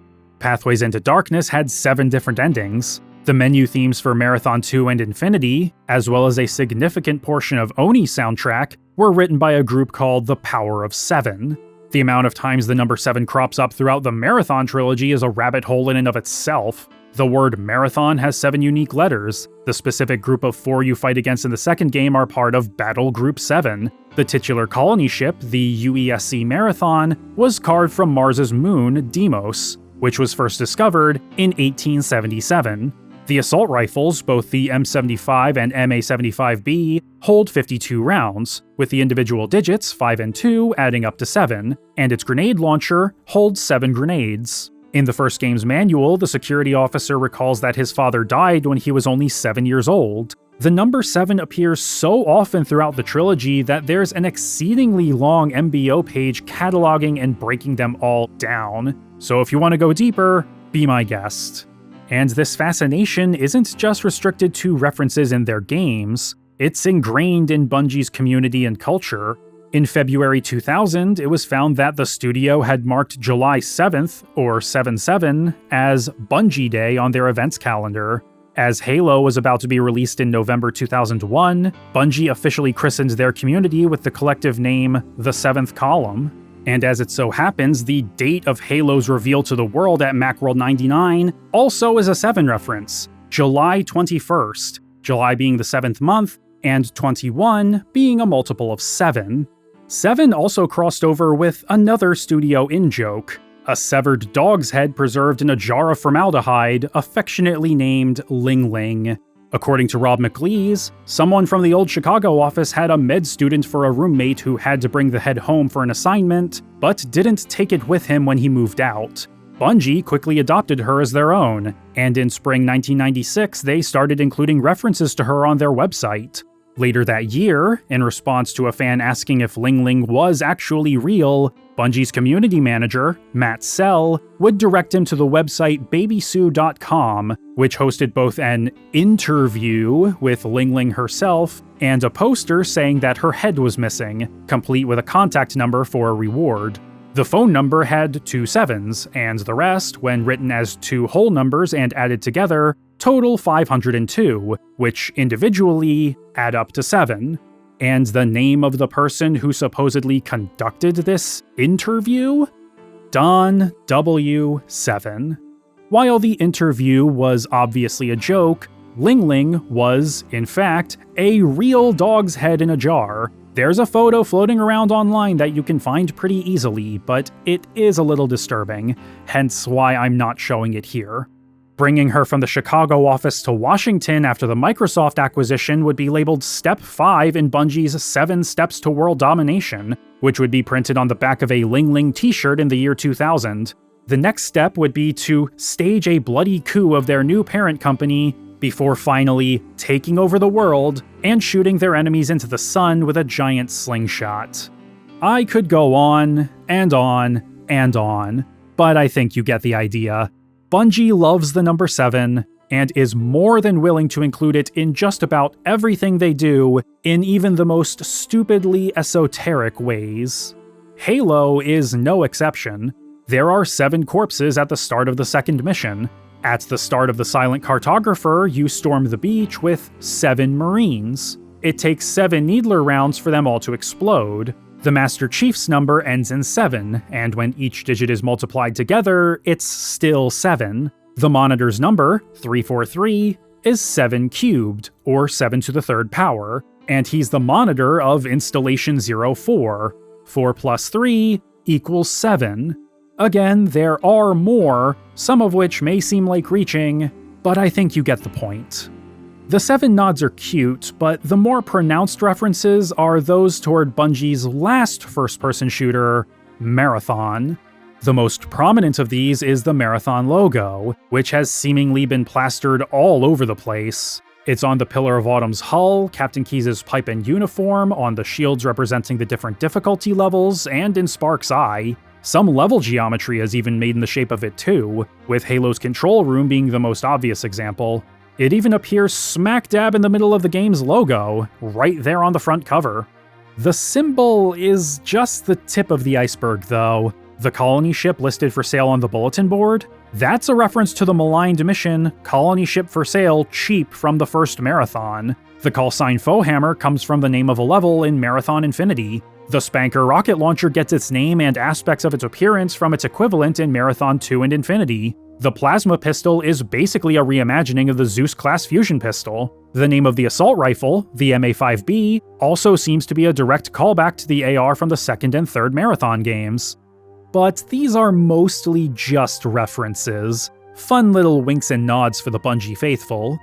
However, it doesn't take too long to start noticing some interesting patterns. Tell me if this sounds familiar. Marathon begins with the player character, a cyborg super soldier which at some point was kept in cryostasis, fighting off an alien threat that has boarded a human ship.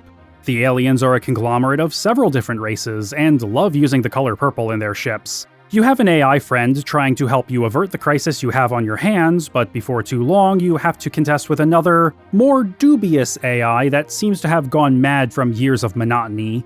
By the end, the alien threat is dwarfed by that of an ancient, primordial horror, the very existence of which presents an existential threat to the entire universe. The broad strokes between the Marathon trilogy and Halo are similar, but there are too many details that line up for it all to seem like just a coincidence. Marathon Security Officer is all but stated to be a Mjolnir Mark IV cyborg, and while Halo's manual states that the Master Chief is wearing Mjolnir armor, both the Fall of Reach and random Marine dialogue specifically refer to it as being Mjolnir Mark V. The Svit, a species enslaved by the Four, are technologically inclined and become docile once they've been freed from Four control, not unlike the engineers that were cut from Halo. Just as Marathon had a prominent artificial intelligence character named Durandal after the Sword of Roland, Cortana's name would also come from the Song of Roland, being one of a handful of names used for the short sword wielded by Count Ogier of Denmark in post-Noda renditions of the story. Both Marathon and Halo also feature ancient, long-dead alien civilizations whose leftover technology still affects societies in the present day. The Flood may have been at least partially inspired by the Vang, but their appearance and basic concept are strikingly similar to the fungal zombie enemy that was cut from Marathon 2. The threat the Flood poses, however, is much grander. It's a new chaos that's entirely terrible, mindless, obeying rules that we don't quite comprehend. And it is hungry. Not a reality warping elder god like the Workin' Kakantur, but it is similarly ancient, and it catastrophically corrupts and transforms anything it comes into contact with all the same.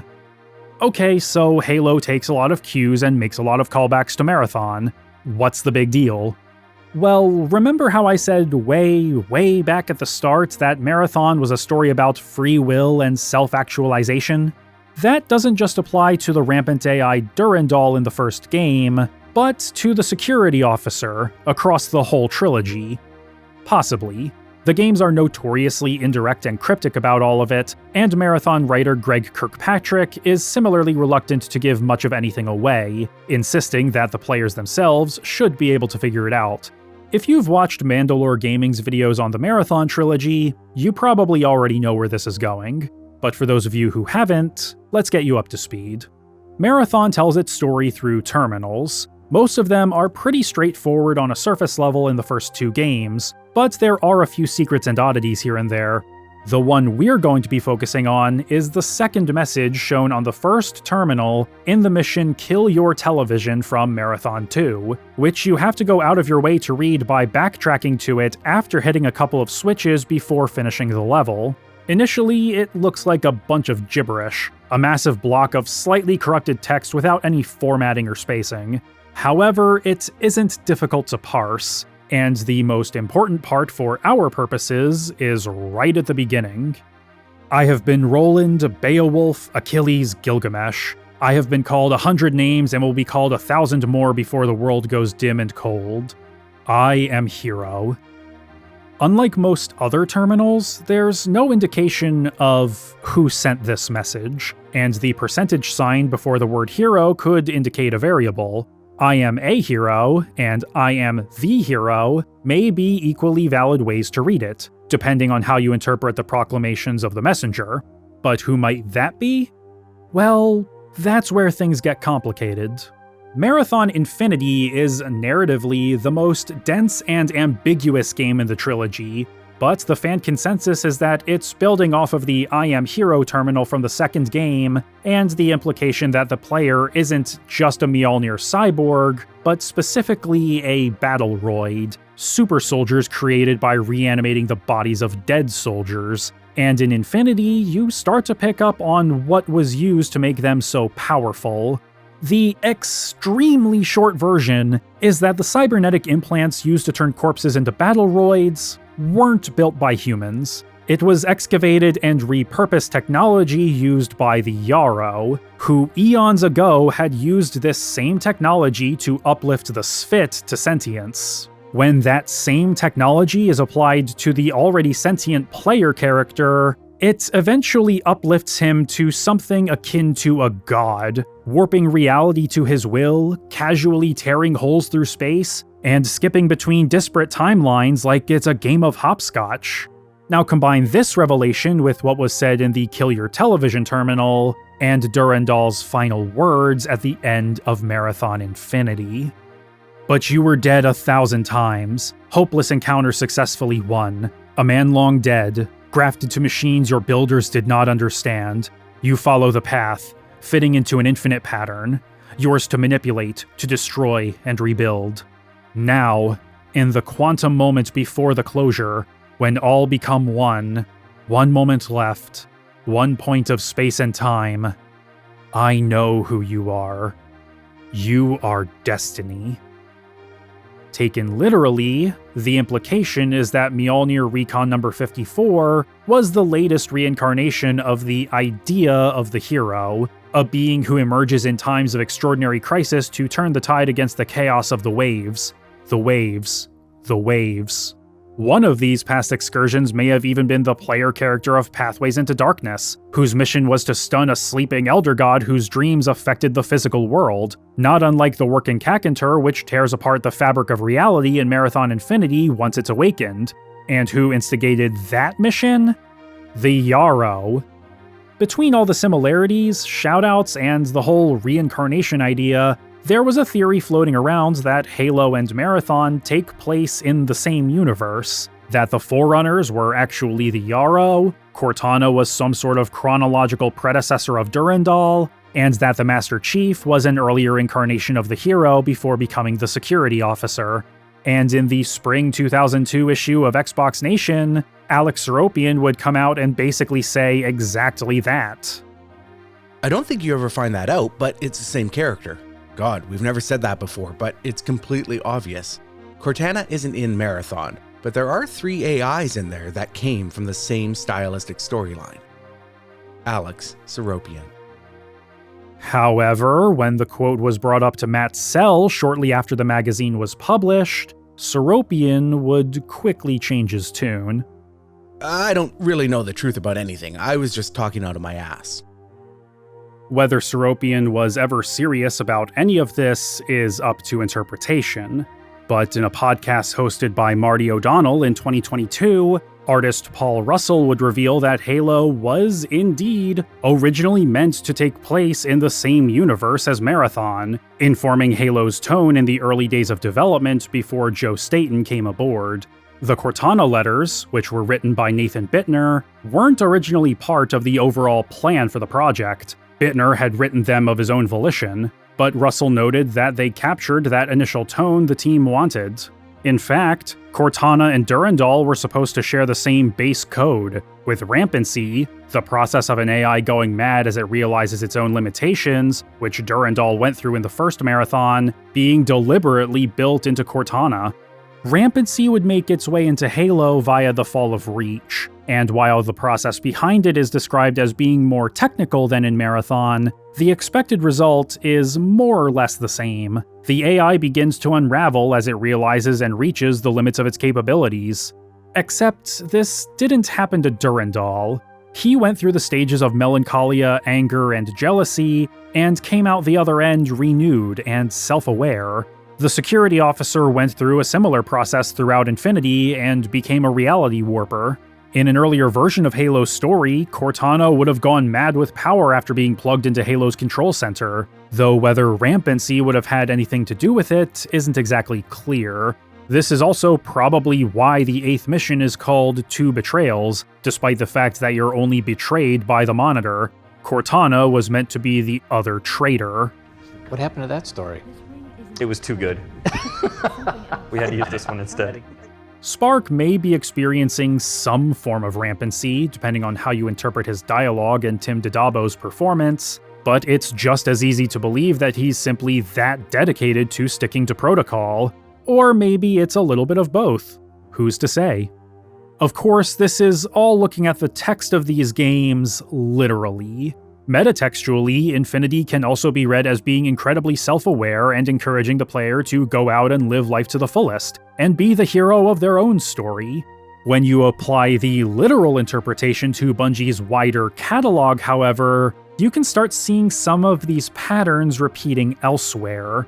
Pathways into Darkness obviously has a bit of this, but they're a bit more prominent in Myth. The forces of the dark are mostly comprised of undead, being commanded by the eponymous Fallen Lords. Not only are they also undead, but they were each once heroes, champions of the light, victims of a vicious cycle of heroes cursed to become villains for the next set of heroes to defeat, only to then become villains, and so on and so forth. Myth also has its own ancient eldritch evil in the form of the Myrcridia, who are much more threatening as a legend in the first game than they are as an enemy you fight in the second, but they still slot in alongside the Workin' and the Flood for the role they play in the story. Whatever is laying at the bottom of the Great Devoid, a massive enigmatic crater created by the equally enigmatic Kylock in the final days before they were snuffed out, is more likely to qualify for that spot, but we don't know for sure. The geography lines up pretty well with the description of where Tycho's ship crashed on one of the moons of Lawan, which, when combined with mentions of a certain comet in both series, has led to some speculation about Myth's own connections to Marathon, but we've already taken so many twists and turns detailing how often Bungie's games and stories echo each other that I'll just leave it at that. Marathon Infinity was, thematically, a story about stories. A heady meditation on the nature of parallel thinking in mythmaking and the nature of dreams and human consciousness. Just as Durandal and Tycho became aware of their limitations and potential, so did the security officer, and, by extension, the player. Durandal's final message was meant for us as well as the character we controlled. We are every hero we control across every game. Bungie may not have directly developed Marathon Infinity, but they've been riffing on the idea of an eternal hero fighting through repeating cycles of conflict, remixing the details in different ways every time. Halo doesn't need to be set in the same universe for it to continue carrying that torch. It just needs you, the player, to live up to that heroic ideal and save the world. Maybe Bungie themselves weren't thinking of it that way. Maybe they just liked certain tropes and wanted to play with them in different ways with every new game and setting. But art does not exist in a vacuum. It will always be in conversation with other art, as well as with those who observe and, in the case of games, play it. Without having the wider context of Bungie, their games, and their history, Halo still stands tall on the strengths of its gameplay and presentation. But in realizing how far the studio had come before getting here, you begin to see how everything they had done before has come together. And what better place would there be to see that than in Halo's grand finale?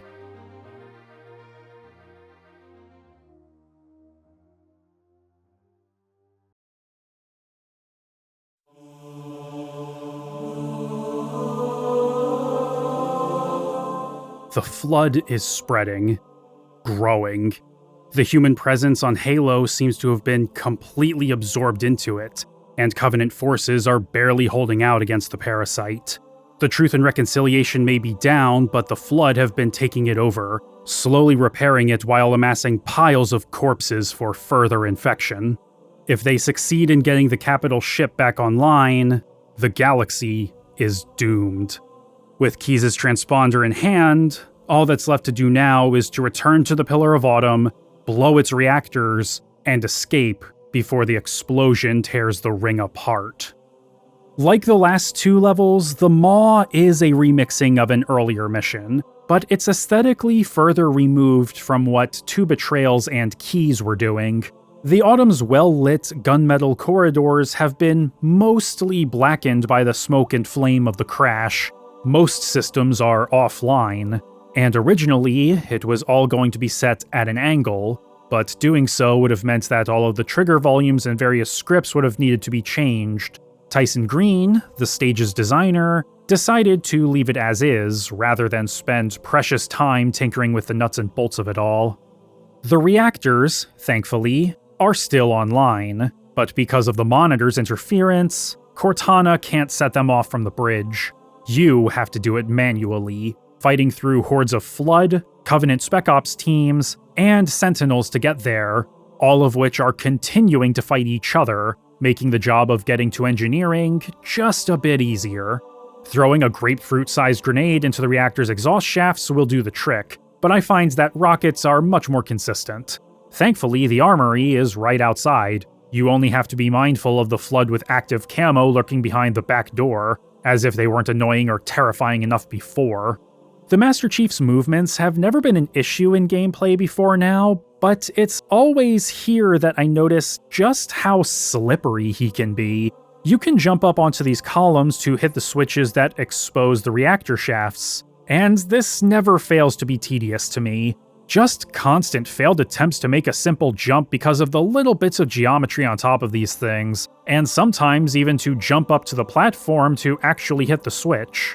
Thankfully, it's not a big issue, as on the other end of the room there's a maintenance hall which will take you straight up to the platform anyway. Whether or not you'll notice it, though, depends on which side of the room you go to when you enter. Just make sure you're able to deal with the constant trickle of Flood and waves of Sentinels that drop in while you're pulling the proverbial pins, because you will be completely exposed when trying to blow the core.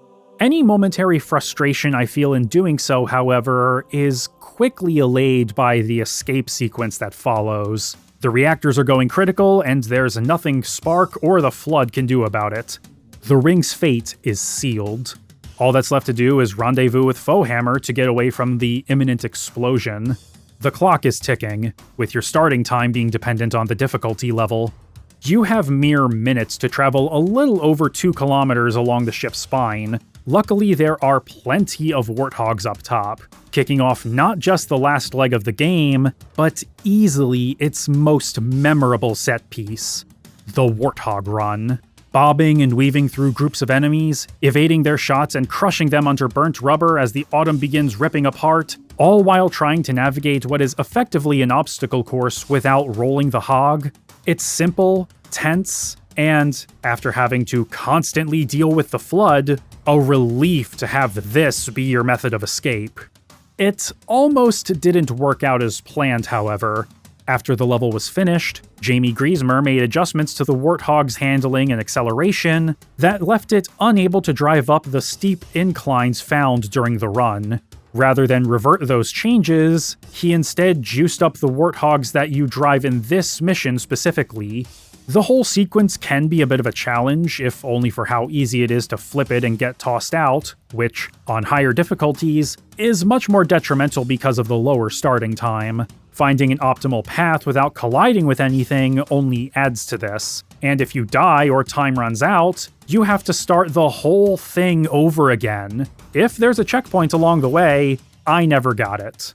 But that makes it all the more satisfying when you do find a good flow, when you are fully in tune with how the Warthog handles, and you are able to exploit shortcuts and deftly weave around the struts and platforms littered throughout the path. Unfortunately, it doesn't matter how good of a driver you are, or how quickly you reach the rendezvous point. From the moment you spot Echo 419, you know it's already too late. Cortana to Echo 419. 2 Covenant Banshees are approaching on your 6. Evade. Say again, evade. I'm hit. Mayday. Mayday. Airport button is shut to hell. I can't hold her. I can't hold on. Not that Foehammer was really a character so much as a plot device, but her death still feels like a punch to the gut. Not because of a major emotional attachment to her, but she was dependable and charming. She was the last human we could count on, but her luck, your luck, seems to have finally run out. However, you aren't given any time to linger on it. Those Banshees are turning their attention towards you, the autumn is about to blow, and Cortana quickly realizes that there's still one last chance to escape. Ship's inventory shows 1 longsword fighter is still docked in Launch Bay 7. If we move now, we can make it. Oh, of course it's Launch Bay 7. A new waypoint pops up, a new countdown starts, and the music kicks in. In terms of gameplay, it's still the same basic rhythm as the first half of the sequence, but the pressure is on now. Fire and explosions are spewing out all around you, the whole ship is shaking, and you just gotta hit the gas and go. What really brings it together, though, is that the run is now being scored by the Halo theme, imbuing these tight final minutes a grandiosity and anxiety unlike anything else before now. The game is firing on all cylinders, with the cherry on top coming just when you think you've made it to the end. You have to jump out of the Warthog and clear the last 100 meters on foot. Everything is exploding, turrets are shooting you from far away, the Flood are trying to stop you from getting on the fighter, the frame rate is tanking, and you have to keep on running. It's not so much that you'll struggle pushing through, but it's just enough to hold on to that tension. None of it is lost. You don't get a moment to breathe until the screen flashes white and you see the result of your hard work. Here we go.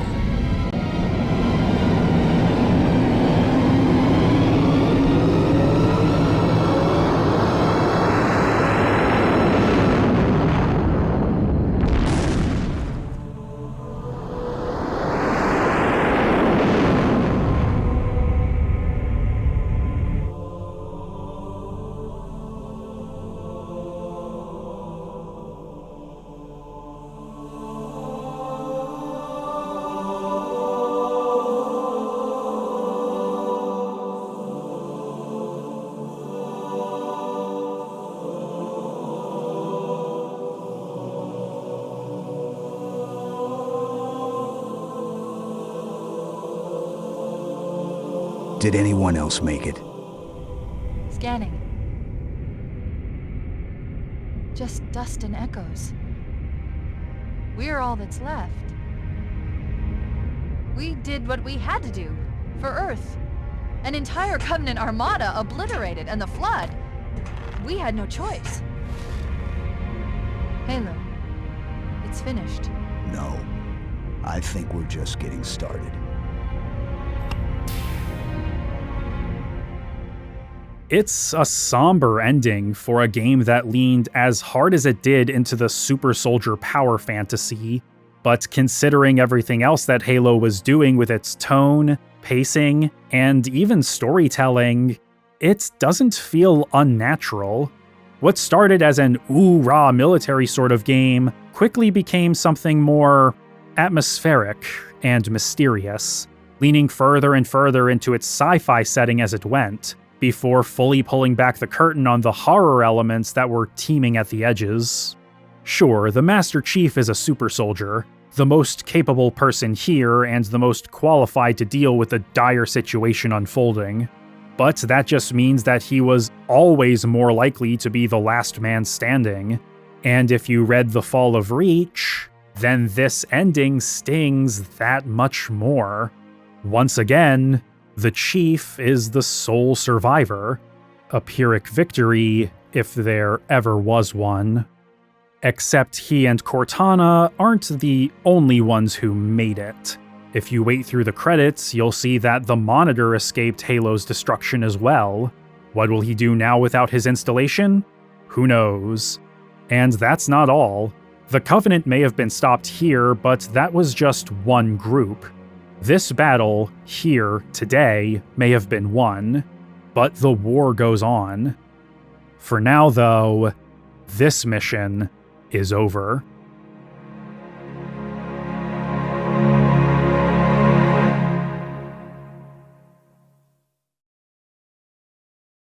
Halo is something special. While it may be a bit light on its story, the presentation usually makes up for it. Whether it be the environments, incidental chatter, the cinematography, sound effects, or the immaculate score, Halo's atmosphere is a core part of what makes the game so engaging. The other, more central pillar is its gameplay. Game feel is difficult to put into words, especially when trying to succinctly summarize such feelings, but the way that Halo controls, how enemies behave, and how encounters are designed create a rich moment-to-moment experience. There may not be any additional incentive to replay the game outside of trying your hand at the higher difficulties, with a special comedy cutscene being shown if you beat the last mission on Legendary, but the way you approach an encounter affects how it unfolds. The weapons you choose to hold on to affect your options, and even if you stay consistent in your approach, enemy dialogue and animations are still varied enough to keep things interesting and entertaining, even after a dozen playthroughs. That's not to say it doesn't have its shortcomings. The repetitive level designs start to become grating long before you return to the Autumn. The Flood can be infuriating to fight for how simple and unrelentingly aggressive they are, making the game's second half even more tiresome, and it's not uncommon for the frame rate to take a significant dive. But the game still feels fantastic to play despite all of this. And for some, that's enough to make up for those low points. I know that I still more than enjoy it for that reason. While Halo's story is just tantalizing enough on its own merits to hold people's attention, though, the gameplay is what ultimately keeps players coming back. Not just because of how it feels to fight the Covenant, but for the thrill that comes from duking it out with other players.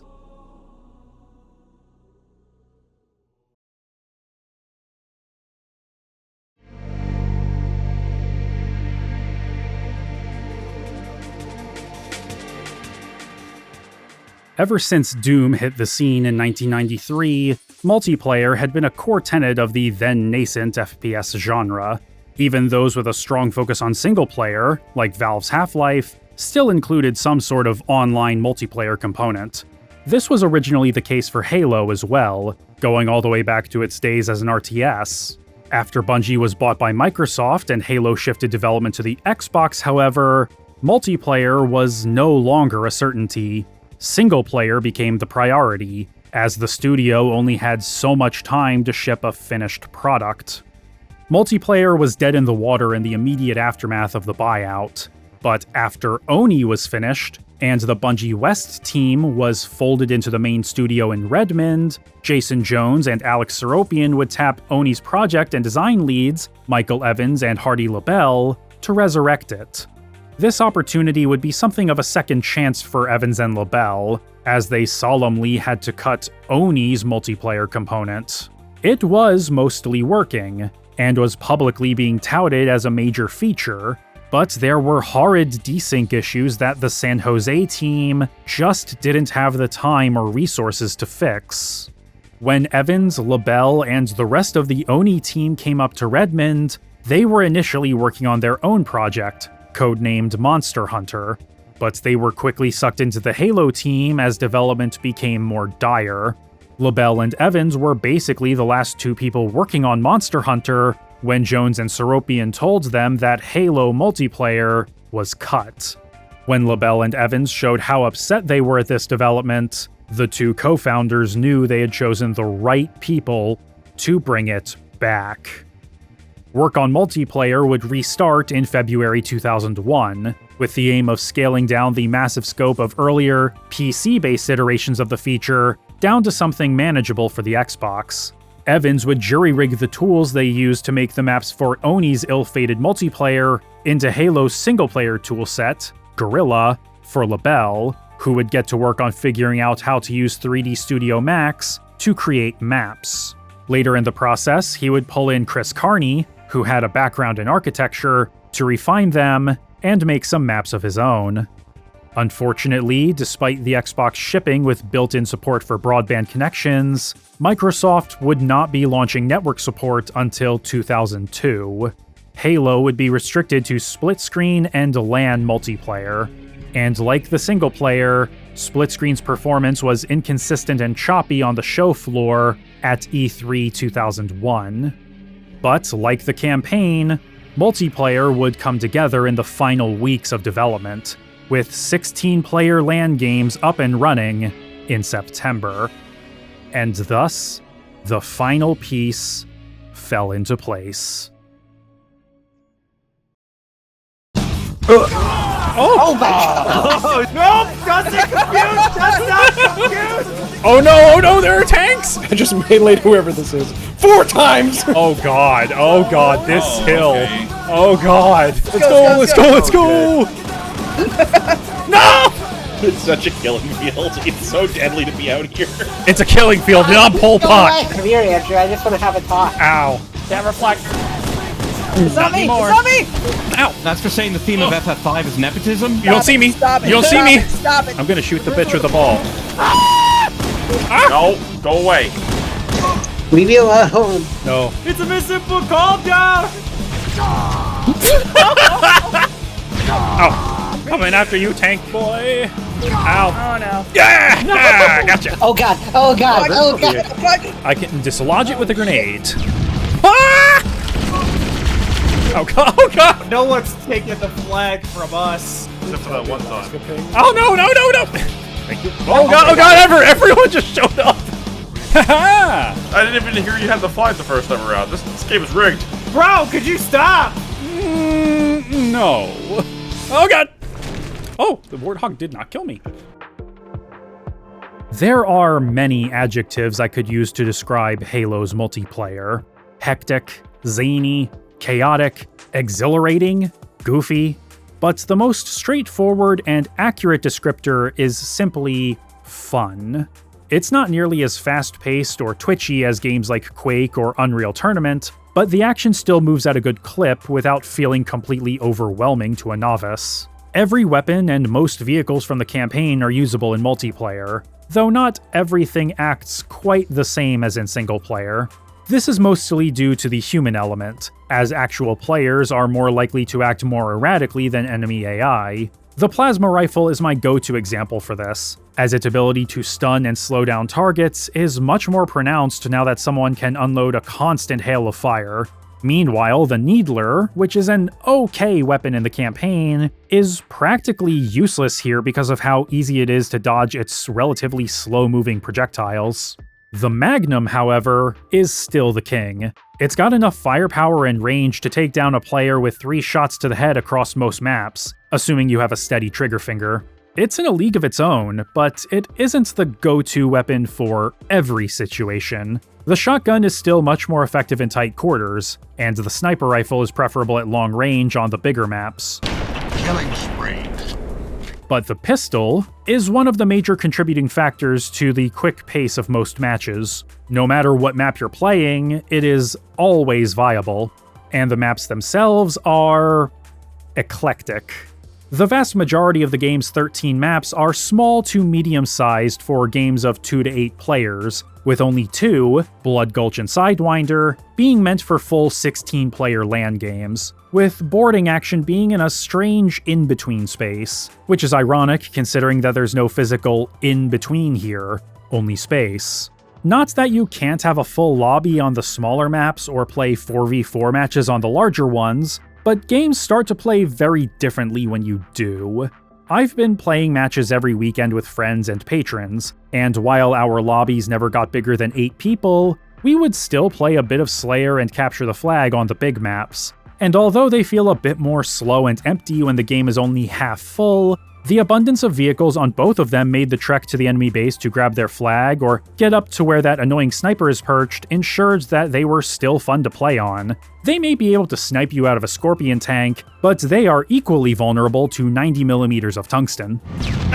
The smaller maps are where matches become truly chaotic. Between the speed and power of the Magnum, plasma rifle stun, rockets and grenades exploding all around you, causing weapons on the ground to fly all over the place, shotguns just deleting any poor unfortunates that end up in their crosshairs, and respawn points being determined by proximity to your teammates, Halo multiplayer can be an anarchic miasma when you've got enough people in these tighter spaces. And I mean that as a compliment. Change the game mode to King of the Hill or Oddball, a game of keep away with a human skull, and the disorder becomes more concentrated. Good luck holding the hill or skull for more than a few seconds at a time, because everyone's gonna reconverge on you fast. Adding to the chaos is that weapon respawn timers are always ticking. If you pick up rockets when its timer is about to hit 0, then if you wait around for just those extra few seconds, you'll be able to pick that up as extra ammo. Or if you don't, then someone else can pick up their own rockets right after you.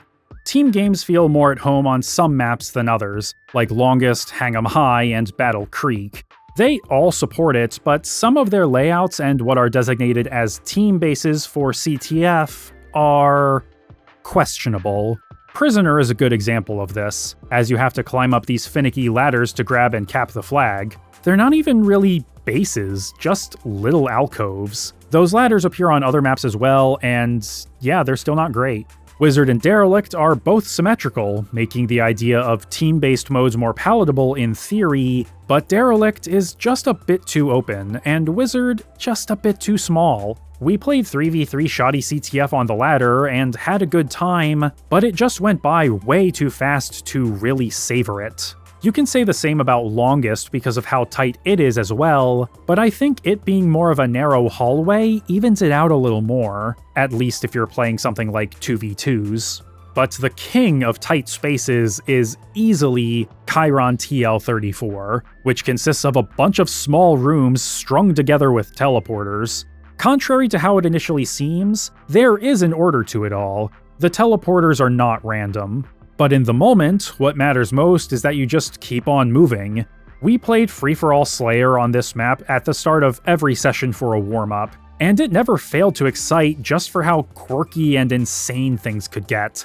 A lot of people don't like this map because of how segmented and tight it is, and Halo's UI designer, Max Hoberman, would write it off as, quote, a failed experiment, which, from a competitive standpoint, I can't really argue against. But in my opinion, the game's multiplayer is at its best when everyone is locked in without taking things too seriously, and you're willing to mess around with the settings to make your own custom variants.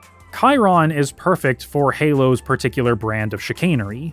There is a competitive scene, complete with strategies to manipulate player spawns and dislodging weapons and power-ups from their spawns to bring them straight to you, but Halo plays exceptionally well as a party game, which is why we all loved playing on Chiron. Even when you're not very good at it, regardless of whether Jeff Steitzer's omniscient announcements are celebrating you or somebody else, it's hard not to have fun with Halo multiplayer.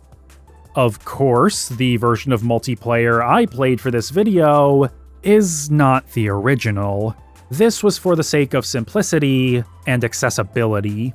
And there are some notable differences between the game that was shipped alongside the Xbox in 2001 and each subsequent release, with some changes being far more dramatic than others.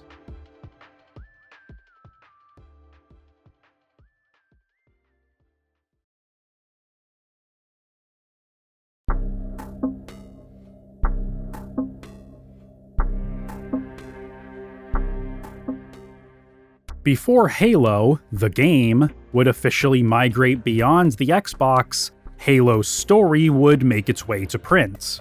William C. Dietz's official novelization, Halo: The Flood, would be published by Del Rey Books on April 1st, 2003. Believe it or not, this was my first experience with the game's story, and even before I had a point of reference for what Dietz was adapting, I felt that it was a bit of a chore to read. Halo may be gripping to play, but in prose, even when embellished with additional dialogue and interplay between the Master Chief and those around him, it's monotonous. Dietz did play the game several times throughout the 3-month writing process, read The Fall of Reach, and discussed the story and characters with Eric Nyland and the team at Bungie, whose studio he visited during the process. Even he knew that there wasn't much meat on the bones of Halo's story to turn into a novel, and he was granted permission from Bungie to present aspects of the plot from other points of view, with their oversight, of course. The core of the book is still focused on the Chief, but it's sadly very dry. However, the subplots and relevant supporting characters strewn throughout the novel are what make The Flood worth one read. The Glory Hound orbital drop shock trooper, Major Silva, is trying to maintain a UNSC foothold on the ring, while talking down to the Master Chief about the Spartan program being a failure. His second-in-command, Lieutenant Melissa McKay, counterbalances this with a more grounded view of the conflict, feeling the weight of every life lost and understanding that the Master Chief isn't as unflappable as the Major thinks. A cowardly grunt named Yayap is conscripted into an elite spec op unit to hunt the Chief down for slaughtering so many of their ranks. It's actually this specific elite, and no, I'm not joking about that. Even the named side characters from the game get a little more story. Foehammer gets some scenes for herself, Keyes gets to kill a camouflaged elite that sneaks into his bridge crew's lifeboat, and we're given a peek into his mind as it's slowly consumed by the Flood. All of his memories are stripped away as he recalls them, and Dietz's prose during these passages is frankly horrifying. The same goes for the fate of Private Jenkins, whose consciousness isn't totally snuffed out when he gets infected. Apparently, the infection form that got him was particularly malnourished after over 100,000 years of captivity. I'm not really doing these sections justice, but if they sound interesting, I recommend giving the book a shot. The Chief's personality isn't totally congruent with his depiction in The Fall of Reach, but it's not so far out there that you'd think he's been replaced with some kind of imperfect clone. Again. The pacing also isn't as brisk as Nyland's prequel novel, and I personally haven't read it nearly as many times, but such is the typical nature of a novelization of a video game. Why read it when I could just play it? For those who actually wanted to play the game but didn't have or want an Xbox, they wouldn't have to wait much longer. On September 30th, 2003, Halo would finally make its way to Windows PCs with a port developed by Gearbox, and Mac owners would follow suit in December with further porting work by Westlake Interactive. However, there were some compromises. While the game is able to run at higher resolutions and frame rates than the console version, widescreen aspect ratios are cropped from the original 4x3, and all of the animations still play back at 30 frames per second. The latter quirk is jarring to say the least, but it's a major reason why I can't play this version for very long. The mismatched frame rates make me nauseous, especially when driving a vehicle. The camera will move forward with the vehicle at 30 FPS, but orbits at 60. Combine this with a narrower field of view compared to the Xbox version, and I'm lucky if I can last an hour. I'm sure there are mods to fix these problems. At the very least, I know there is a way to expand the FOV, but I'm looking at this based on how it is out of the box. And in its default state, I'm sorry, I just physically cannot play this version. Those issues aside though, playing it with a mouse and keyboard just doesn't feel right to me. Not because I don't like playing shooters that way, but because I'm so used to playing Halo with an Xbox controller. It doesn't help that, again, just in my opinion, the mouse sensitivity is crazy high, even at the lowest setting. Fortunately, you can use a gamepad in this version, you just have to map all of the controls yourself. You can't map them exactly the same way as on the console because you can't have one button assigned as a generic context-sensitive input, but that's not such a big deal.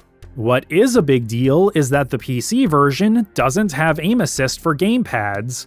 Astounding. The big groundbreaking feature that made Halo work so well with a controller isn't here for controller users, as if I didn't have enough reasons to dislike Randy Pitchford. In addition to all of that, several of the more advanced graphical effects didn't make the transition from the Xbox. Little things like the effects on energy fields and Jackal shields changing color as they get damaged are missing.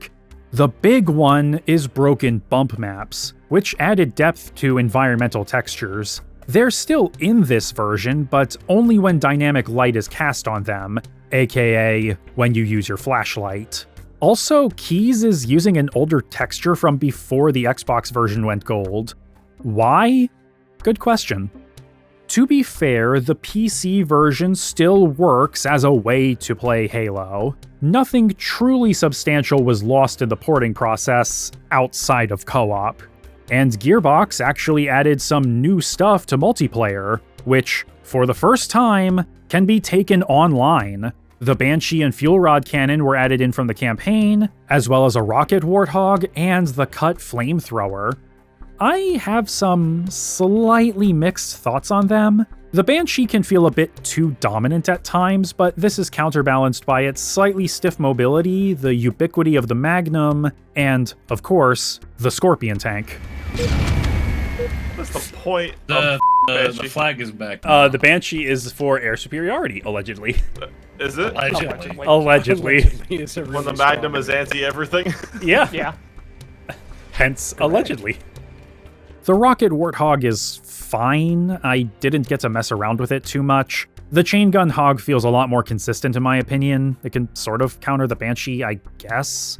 I love the fuel rod. The Covenant end of the weapon sandbox did feel a bit limp in multiplayer, and while the human weapons still outnumber them, this puppy definitely tips the scales. It doesn't have the same range as the rockets, and it fires its blasts in an arc, but it shoots much faster and still has some dangerous splash damage. Just don't get carried away. You don't want to get caught off guard while it's cooling down. The flamethrower, I get why Bungie cut this one. It understandably only works well in close quarters, but the flames get out of control so easily. For every 3 enemies you kill, you'll probably kill yourself with it too. It's still effective and fun to use, but it's the kind of weapon that you use either when there's nothing else around or you want to be a little chaos gremlin. The multiplayer editions don't end there though. With it now being easier than ever to get 16 players together, Gearbox would include 6 new maps designed specifically for full lobbies. And when I say that, I mean it. Oh, okay, this is what we're doing. It just spawned 6 of us all right next to each other. Why? I can see 5 miles ahead of me. This is horrible. Where is everyone? The map somewhere. Map too big. It's so big. No, this is really, really big. I thought it would be bigger, said the description. No better feeling than having a full warthog. Oh god, there are ice physics! Why do we even have the radar on this map? I swear to God. Hey, 15 meters is 15 meters. Oh, we're doing this again. This is an intricate map. I'm not sure how I'm feeling about this. Where does this tunnel go? Yeah, this is just, a lot of this is just ripped straight out of the campaign. I feel like there's going to be a point on this map where I'm just walking somewhere, and then I just get killed by a vehicle out of nowhere that I never saw coming. It seems like I haven't left like this one specific corner by the red base. I'm back in the tank. Y'all better watch out. 15% of it I've been in. I've been a pretty big fan of it. Yeah. Oh wow, there's a blue base. Map too big, please nerf. Maybe. I like this map. Yeah, this is I can't hate this. There's a sniper and a rocket launcher, but the only way to get up here is if you have a Banshee. Oh my god, that's terrible. I think there's probably enough tanks for everyone. Okay. Tanks are making love right now. Tanks for the memories. All right, let's see if I can actually like get out of this area. It's actually got some actual like geometry to it though. It isn't just a flat killing field. Sad Pol Pot noises. We played a decent amount of 4v4 and 8-player free-for-all games on them, and for the most part, they just felt too big and empty. Icefields was alright with that many people, and Death Island, while still a bit too big, definitely has something going for it. I can see myself having a ton of fun here with a full lobby. But Danger Canyon, Infinity, and especially Japhurophobia more or less just devolve into sniping contests within minutes of the match starting. Japhurophobia is the worst one for this too, since both bases have teleporters leading to sniper perches that are so far away from the action, and have such a clear view of about 80% of the map that they can easily dominate the game, assuming they're not locked into trading sniper shots with someone on the opposite perch.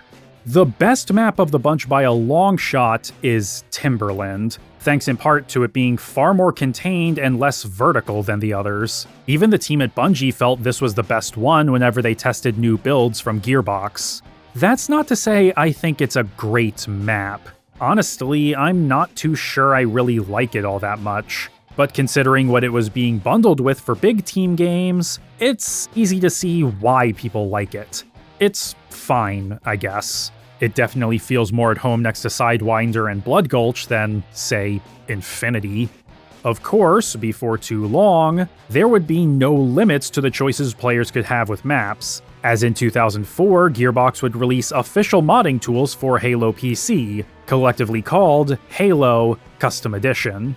There's still an active modding community even to this day, but I would be here all day if I went down that rabbit hole.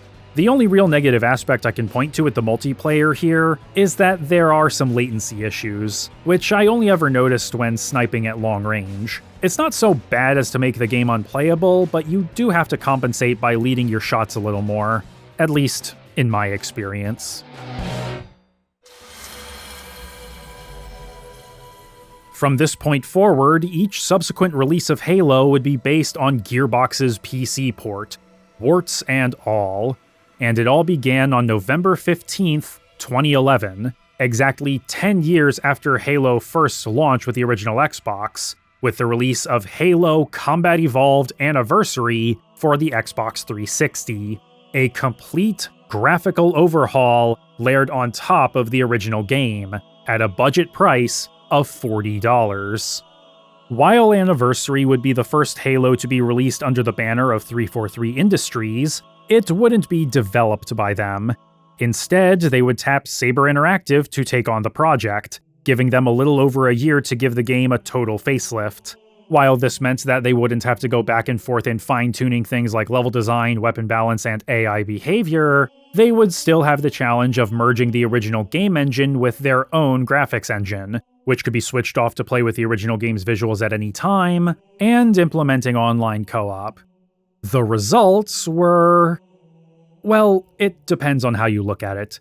In a vacuum, sure, the new visuals are impressive. Oftentimes, I'd even go as far as to say that they're gorgeous. But this is a video game. Visuals may be important, but so is clarity. And when you're producing a new version of something that already exists, Ideally, you want to stay true to the tone and intentions of the original version. Sadly, Halo Anniversary is way off the mark on these fronts. The new visuals are often too busy or the contrast is too high compared to the original, which tends to lead to enemies not standing out from the environment as much. But general visibility has been heightened, leaving you with basically no reason to use the flashlight at all. The game is significantly more colorful now, as in there are a lot more colors and they're far more vibrant than the original version. But this has come at the cost of Halo's tone and environments. The second level, simply titled Halo, now takes place during a sunset, giving everything on the surface an earthy tone that makes the world feel warm and cozy, rather than mysterious. Those purples and greens are completely washed out. The dark shadows cloaking the tunnels and caverns below now have sporadic spotlights and an eerie, cool glow, and the nondescript surfaces are now bright and polished, completely pristine in a way that makes them look brand new rather than ancient and disused. And more lamps and light sources have been added throughout the game, robbing levels of their foreboding atmosphere. Some places feel more like a soundstage than a natural location now, like the opening to Truth and Reconciliation, which has had so much foliage added that it doesn't even feel like a desert mesa anymore. And don't even get me started on the swamp in 343 Guilty Spark. Now it's more like a rainforest. I will give credit where it's due though. They did try and signpost your progress in the library a bit by using colored lights to indicate which floor you're on, but to be honest, I didn't even really notice until it was pointed out to me, and even with that in mind, most of these halls still blended together. It's one thing that Anniversary's graphics are so out of step with the original's direction, but when playing with the new visuals has a tangibly negative impact on gameplay, then there's a problem. Not all of the new assets line up with the original geometry, so there will be situations where you'll be trying to shoot from behind a tree, rock, or pillar, only to find that your shots aren't connecting. And switching to classic graphics, assuming the fade to black doesn't get you killed, will show you that you were actually just firing into the side of whatever you were using for cover. This was an issue that Saber and 343 noticed during development, as the high-poly objects in the updated visuals just didn't map well onto the older low-poly assets, and making them match one-to-one would have made the new assets look awkward and out of place. At one point, they had logged over 1,000 collision bugs, and they did their best to alleviate as many of them as they possibly could, but unfortunately, they did not get all of them. The apex of the misaligned visuals can be found in the library, where the wall behind one of the weapons caches was placed in front of the cache itself. You can still access it, but you have to already know where it is, walking through a wall and seeing the entire level's geometry as a result. Admittedly, most of the time this is not going to be an issue, but when it is, it's a pretty egregious problem. And while you could just switch back to the classic graphics and play that way, you're still not going to be playing with the original visuals. Once again, Anniversary was built off the back of Gearbox's PC port, meaning that all of the visual effects that were broken in that version are still broken in this version. Combine all of this with the recycled assets from Halo 3 and Reach, more so from the latter than the former. They don't really mesh well together or with the original animations. A lot of the new motion capture animation used for most of the cutscenes is also comically exaggerated, and the remastered score ranges from not being noticeably different to being just off enough to feel unsatisfying. Just in terms of presentation, Halo Anniversary is simply too much of a departure from the original, and the fact that it can actually affect the player experience in a death by 1,000 cuts sort of way is disheartening. But the updated sound and visuals aren't the only changes that came with Anniversary. Provided you're playing with the new graphics, you can now find 13 hidden skulls, which unlock optional modifiers like in later games, as well as a terminal in each level which expands just a little bit on the story. The skulls do add some replay value that previous versions of the game didn't have, offering some extra self-imposed challenges like not being able to use Covenant weapons, doubled ammo consumption, disabling your radar, and even resetting the entire level if you die. There are some more lighthearted ones, of course, like Grunt Birthday Party and Bandana, which, in a reference to Metal Gear Solid, gives you unlimited ammo. For those who got the first pressing, they would get a code for the Grunt Funeral Skull, which sees Grunt corpses exploding like plasma grenades a few seconds after death. I got my copy on launch day and did redeem the code at the time, but when I booted up my Xbox 360 to record a playthrough for this video, it didn't show up for me. Maybe it's because I've changed my gamertag since then and didn't connect my console to the internet to do this, so there might be some dumb license verification thing going on here. But all told, the skulls are fine enough, but don't change this game dramatically enough for me to feel compelled to use them. The terminals, however, are a bit of a different story. Most of them are focused on 343 Guilty Spark, reflecting on his thousands of years of loneliness and the fate of the Forerunners. But in my opinion, they take a lot of the mystique out of a first-time playthrough if you're watching them as you go. They even spoil some big things from the rest of the original trilogy. Moreover, the terminals basically wash away any ambiguity about the Monitor's mental state. He's more clearly shown as unstable here, which, yeah, that was always a possibility in the original, but in coming down on one side versus the other, even just a little bit, you lose something in the process. You lose some of Halo's intrigue because it's one less question you're given room to ponder. It should come as no surprise to anyone, though, that my favorite terminal is the one on Keys, which adapts the captain's desperate attempt to keep the Flood from consuming his mind that was in Dietz's novel. Oh, there's also Connect functionality in this version of the game, because it was just that time for the Xbox 360. It's nothing significant, just an analysis and scanning function that unlocks entries in a library that lets you read up on some additional background and lore. I'm honestly surprised that there's no mention of this feature, or even just that it's Kinect compatible anywhere on the front or back cover. But yeah, it's more of a gimmick than anything. The only thing from the original that didn't make its way into Anniversary was the multiplayer. Instead, it came bundled with a limited version of Halo Reach's multiplayer component that only featured the maps from the simultaneously released Anniversary Map Pack, a collection of remakes of maps from the first two games, one of which was a firefight map based on a portion of the first game's second mission. It also included special Anniversary game modes and map variants that were meant to make Reach play closer to the first game's multiplayer. It's not bang-on accurate, but there was an earnest attempt. And Anniversary did also come with a separate code for the map pack, so you could play with the new maps with a bespoke copy of Reach without having to cough up an extra $15. That is 3/8 of the sticker price for Halo Anniversary, which even back when I was 16 I thought was kind of a nutty ratio. It kind of implies that Anniversary itself was only worth $25, but I digress. Suffice it to say that I am not a fan of Halo Anniversary, but it's here to stay, as it would be the version bundled into Halo the Master Chief Collection for Xbox One in 2014. Initially, this version wasn't all that different from what was released for the 360, save for some additional skulls and the removal of Kinect features. The classic graphics still had broken effects and geometry was still misaligned, but now the transition between graphics engines was instantaneous, and it ran at 1080p at 60 frames per second, with all the classic version's keyframe animations being reworked to run smoothly at the new frame rate, so no more nausea for me. Also, unlike the 360 version, the original multiplayer suite would be included, now fully playable online on console for the first time, with all the same quirks and additions from the original Gearbox PC port. Of course, MCC was infamously broken at launch, and would remain a pretty ramshackle product for years afterward. Multiplayer was online on console now, but good luck getting into a game without organizing a custom lobby with friends.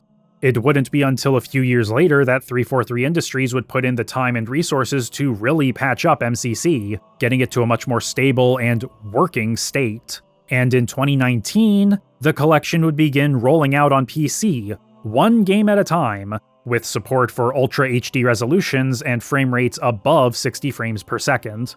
Halo Anniversary would be added to this version on March 3rd, 2020, and sometime later, it would be patched up on both PC and console to add back in all of the missing and broken visual effects.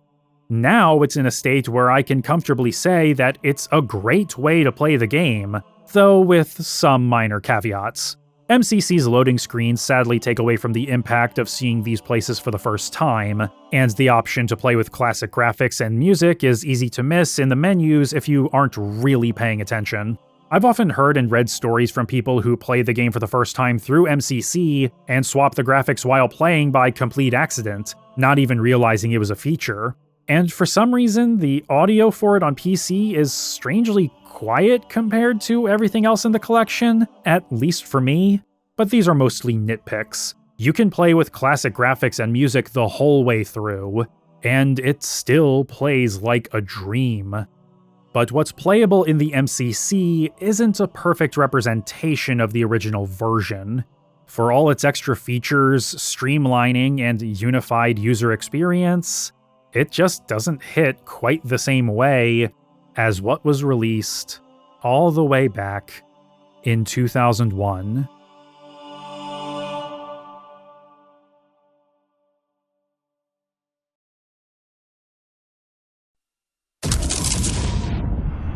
When it seems like all is lost, when it feels as if you have no hope, when you are outnumbered, overpowered, and they've got you cornered, that's when you realize your last best hope is you.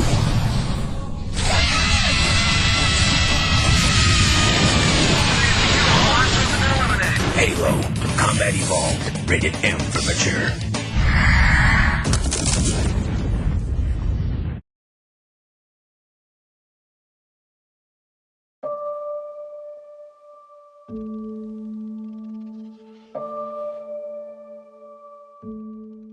Despite the fumbles and missteps along the way, Microsoft had still managed to build up significant fervor ahead of the Xbox's launch. Would-be buyers waited hours outside the Times Square Toys R Us to be among the first to get a hold of the console, and their enthusiasm would be shared by others across the country as their clocks counted down to midnight on November 15th, 2001. Within 3 weeks, Microsoft had sold 1 million consoles. By the end of the year, that number would rise to 1.5 million, with the average player buying more than 3 games for the console in that time.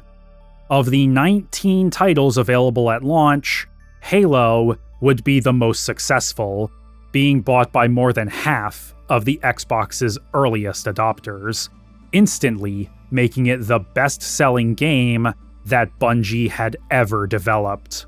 It would be the 4th best-selling game in North America that November, only falling behind Metal Gear Solid 2, Grand Theft Auto 3, and Luigi's Mansion, and would only drop to the number 8 spot in December. Critics were practically evangelizing Halo in their reviews, heaping praise onto the game's controls, robust enemy AI, lush visuals, the attention to detail in the audio design, and the memorable score. The only aspect that wasn't universally praised was the narrative, which some found gripping due to its presentation, plot twists, and direct player involvement with Marine allies, while others derided it for inconsistent pacing, repetitive and linear level design, and a formulaic, threadbare story. But this didn't detract from their enjoyment of Halo. The moment-to-moment gameplay, both solo and in split-screen co-op, was electric and varied enough to overlook the narrative shortcomings.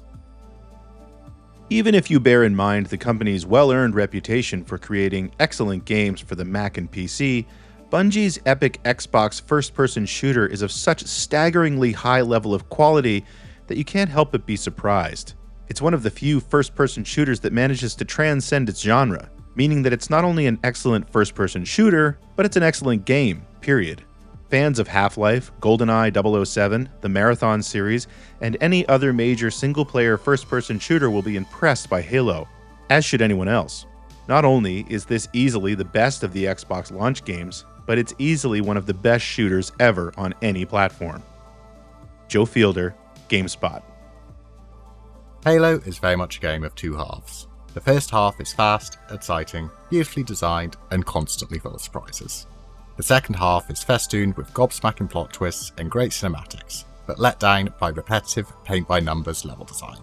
Bungie could quite comfortably have cut several overly lengthy sections from this second half and still ended up with a respectably time-consuming game, while maintaining the adrenaline-pumping pace of the first few hours. As it is, Halo is a flawed masterpiece, one which is well worth owning, but may start to grate after a while. John By, Eurogamer. 2 words. Kick ass. Many find themselves enthusiastically repeating this like a religious mantra when engaged in the experience that is Halo.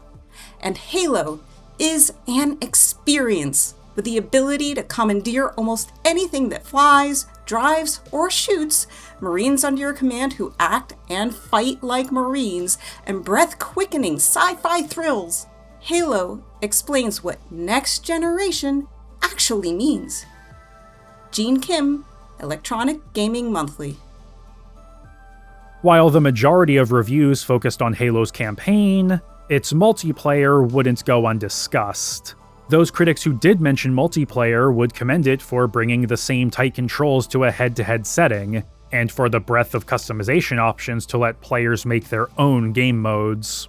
However, the discussion would generally stop there, with little more than a passing mention of how exciting it would or could be to get 4 systems linked together for 16-player LAN games, with GameSpot's Joe Fielder lamenting that the scale of most maps and game types felt more tailored to LAN play, which could be prohibitively expensive, than local split screen. But it was adored all the same, with Edge's review declaring that it had surpassed GoldenEye, the previous gold standard for console multiplayer shooters. Just about every major magazine and gaming site gave Halo astonishingly high marks, 9s and up, with both Next Generation and Edge awarding it with perfect 10s. And word of mouth would continue to spread.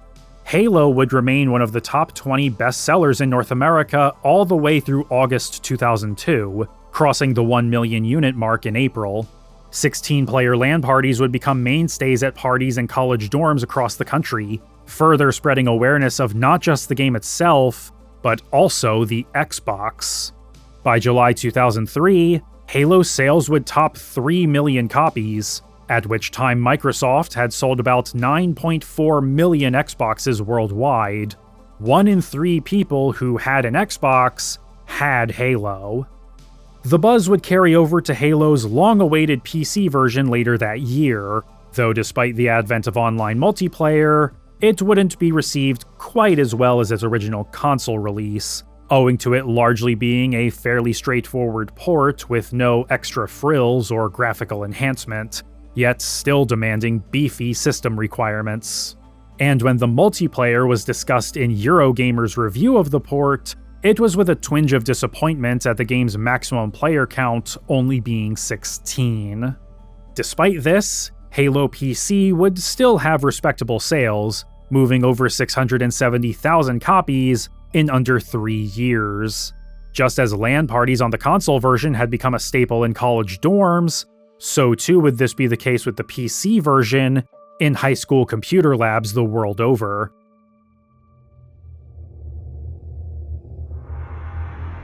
Regardless of which version was being played, Halo's mainstream staying power was due in large part to the infectious appeal of its multiplayer. The dynamic single-player, for all its faults and shortcomings, was no slouch either, as the Master Chief would become not just a quasi-mascot for the Xbox, but a video gaming icon. And that's to say nothing of the game's soundtrack, which would quickly become one of the most recognizable and celebrated in the entire medium. That ethereal choir is impossible to mistake for anything else. And Bungie's achievements would be recognized. At the 5th Annual Interactive Achievement Awards, Halo would be nominated in 8 categories and would win in 4, including Game of the Year.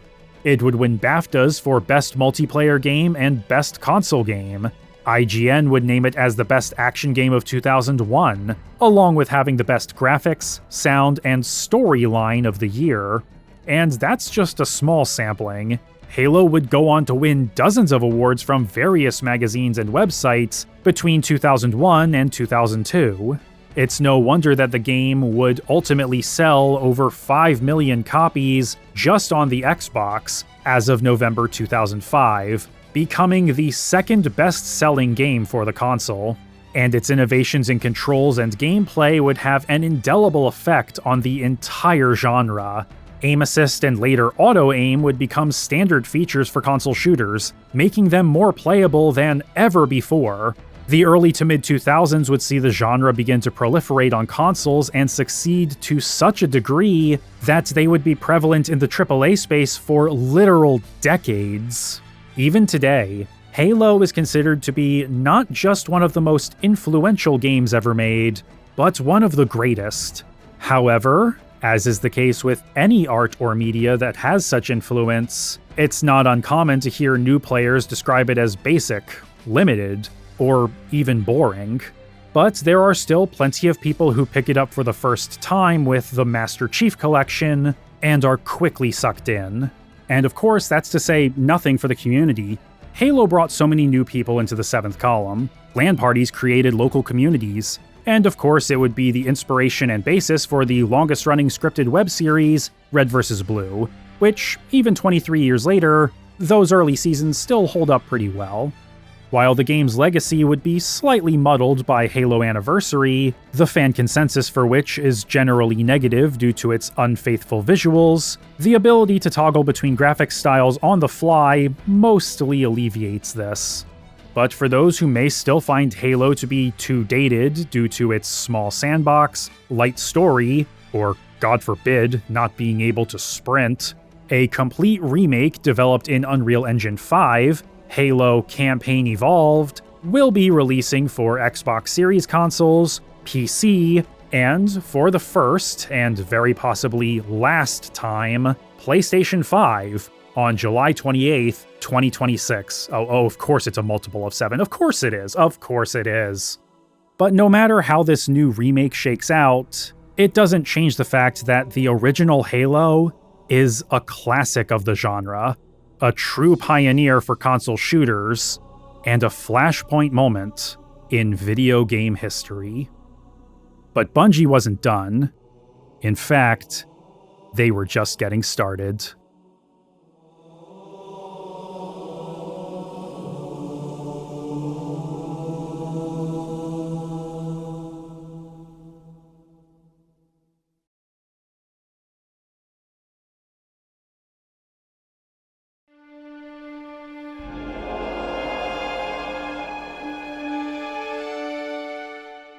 In less than 2 years, Bungie had gone from being the scrappy underdogs of the Mac gaming scene on the road to bankruptcy to one of the hottest studios in the game industry.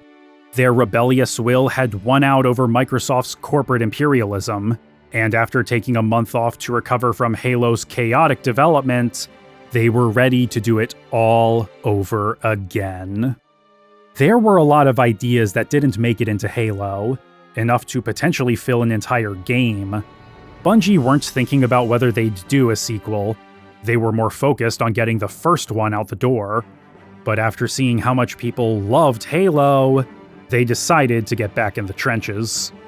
With the Ring destroyed and Xbox Live set to launch in 2002, a sequel would need to go bigger for both its campaign and multiplayer. Bungie were ready to meet those challenges. But little would they expect that Halo's crunch would be nothing compared to what they were about to endure.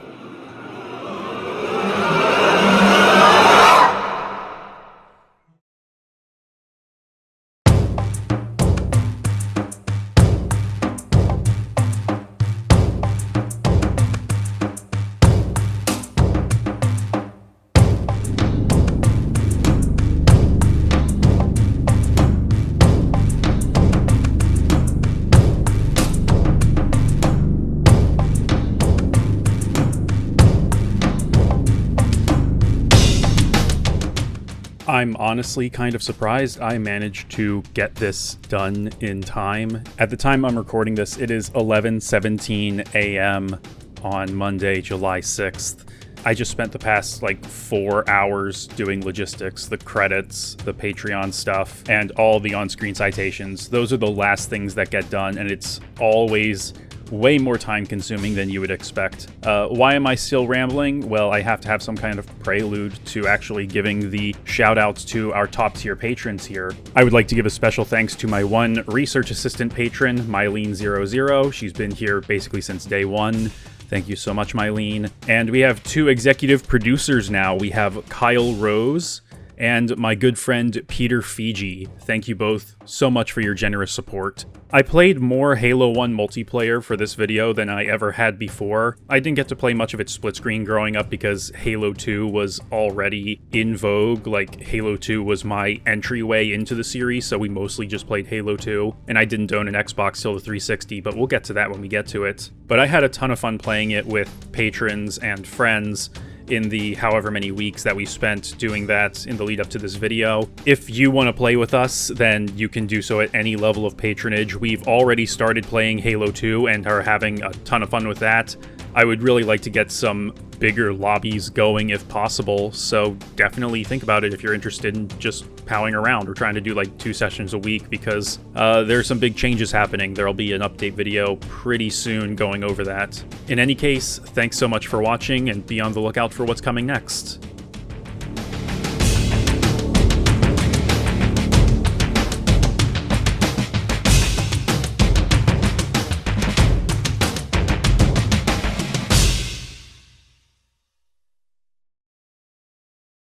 I feel bad for this warthog. I'm too familiar with the concept of shoving something in a hole it doesn't fit in.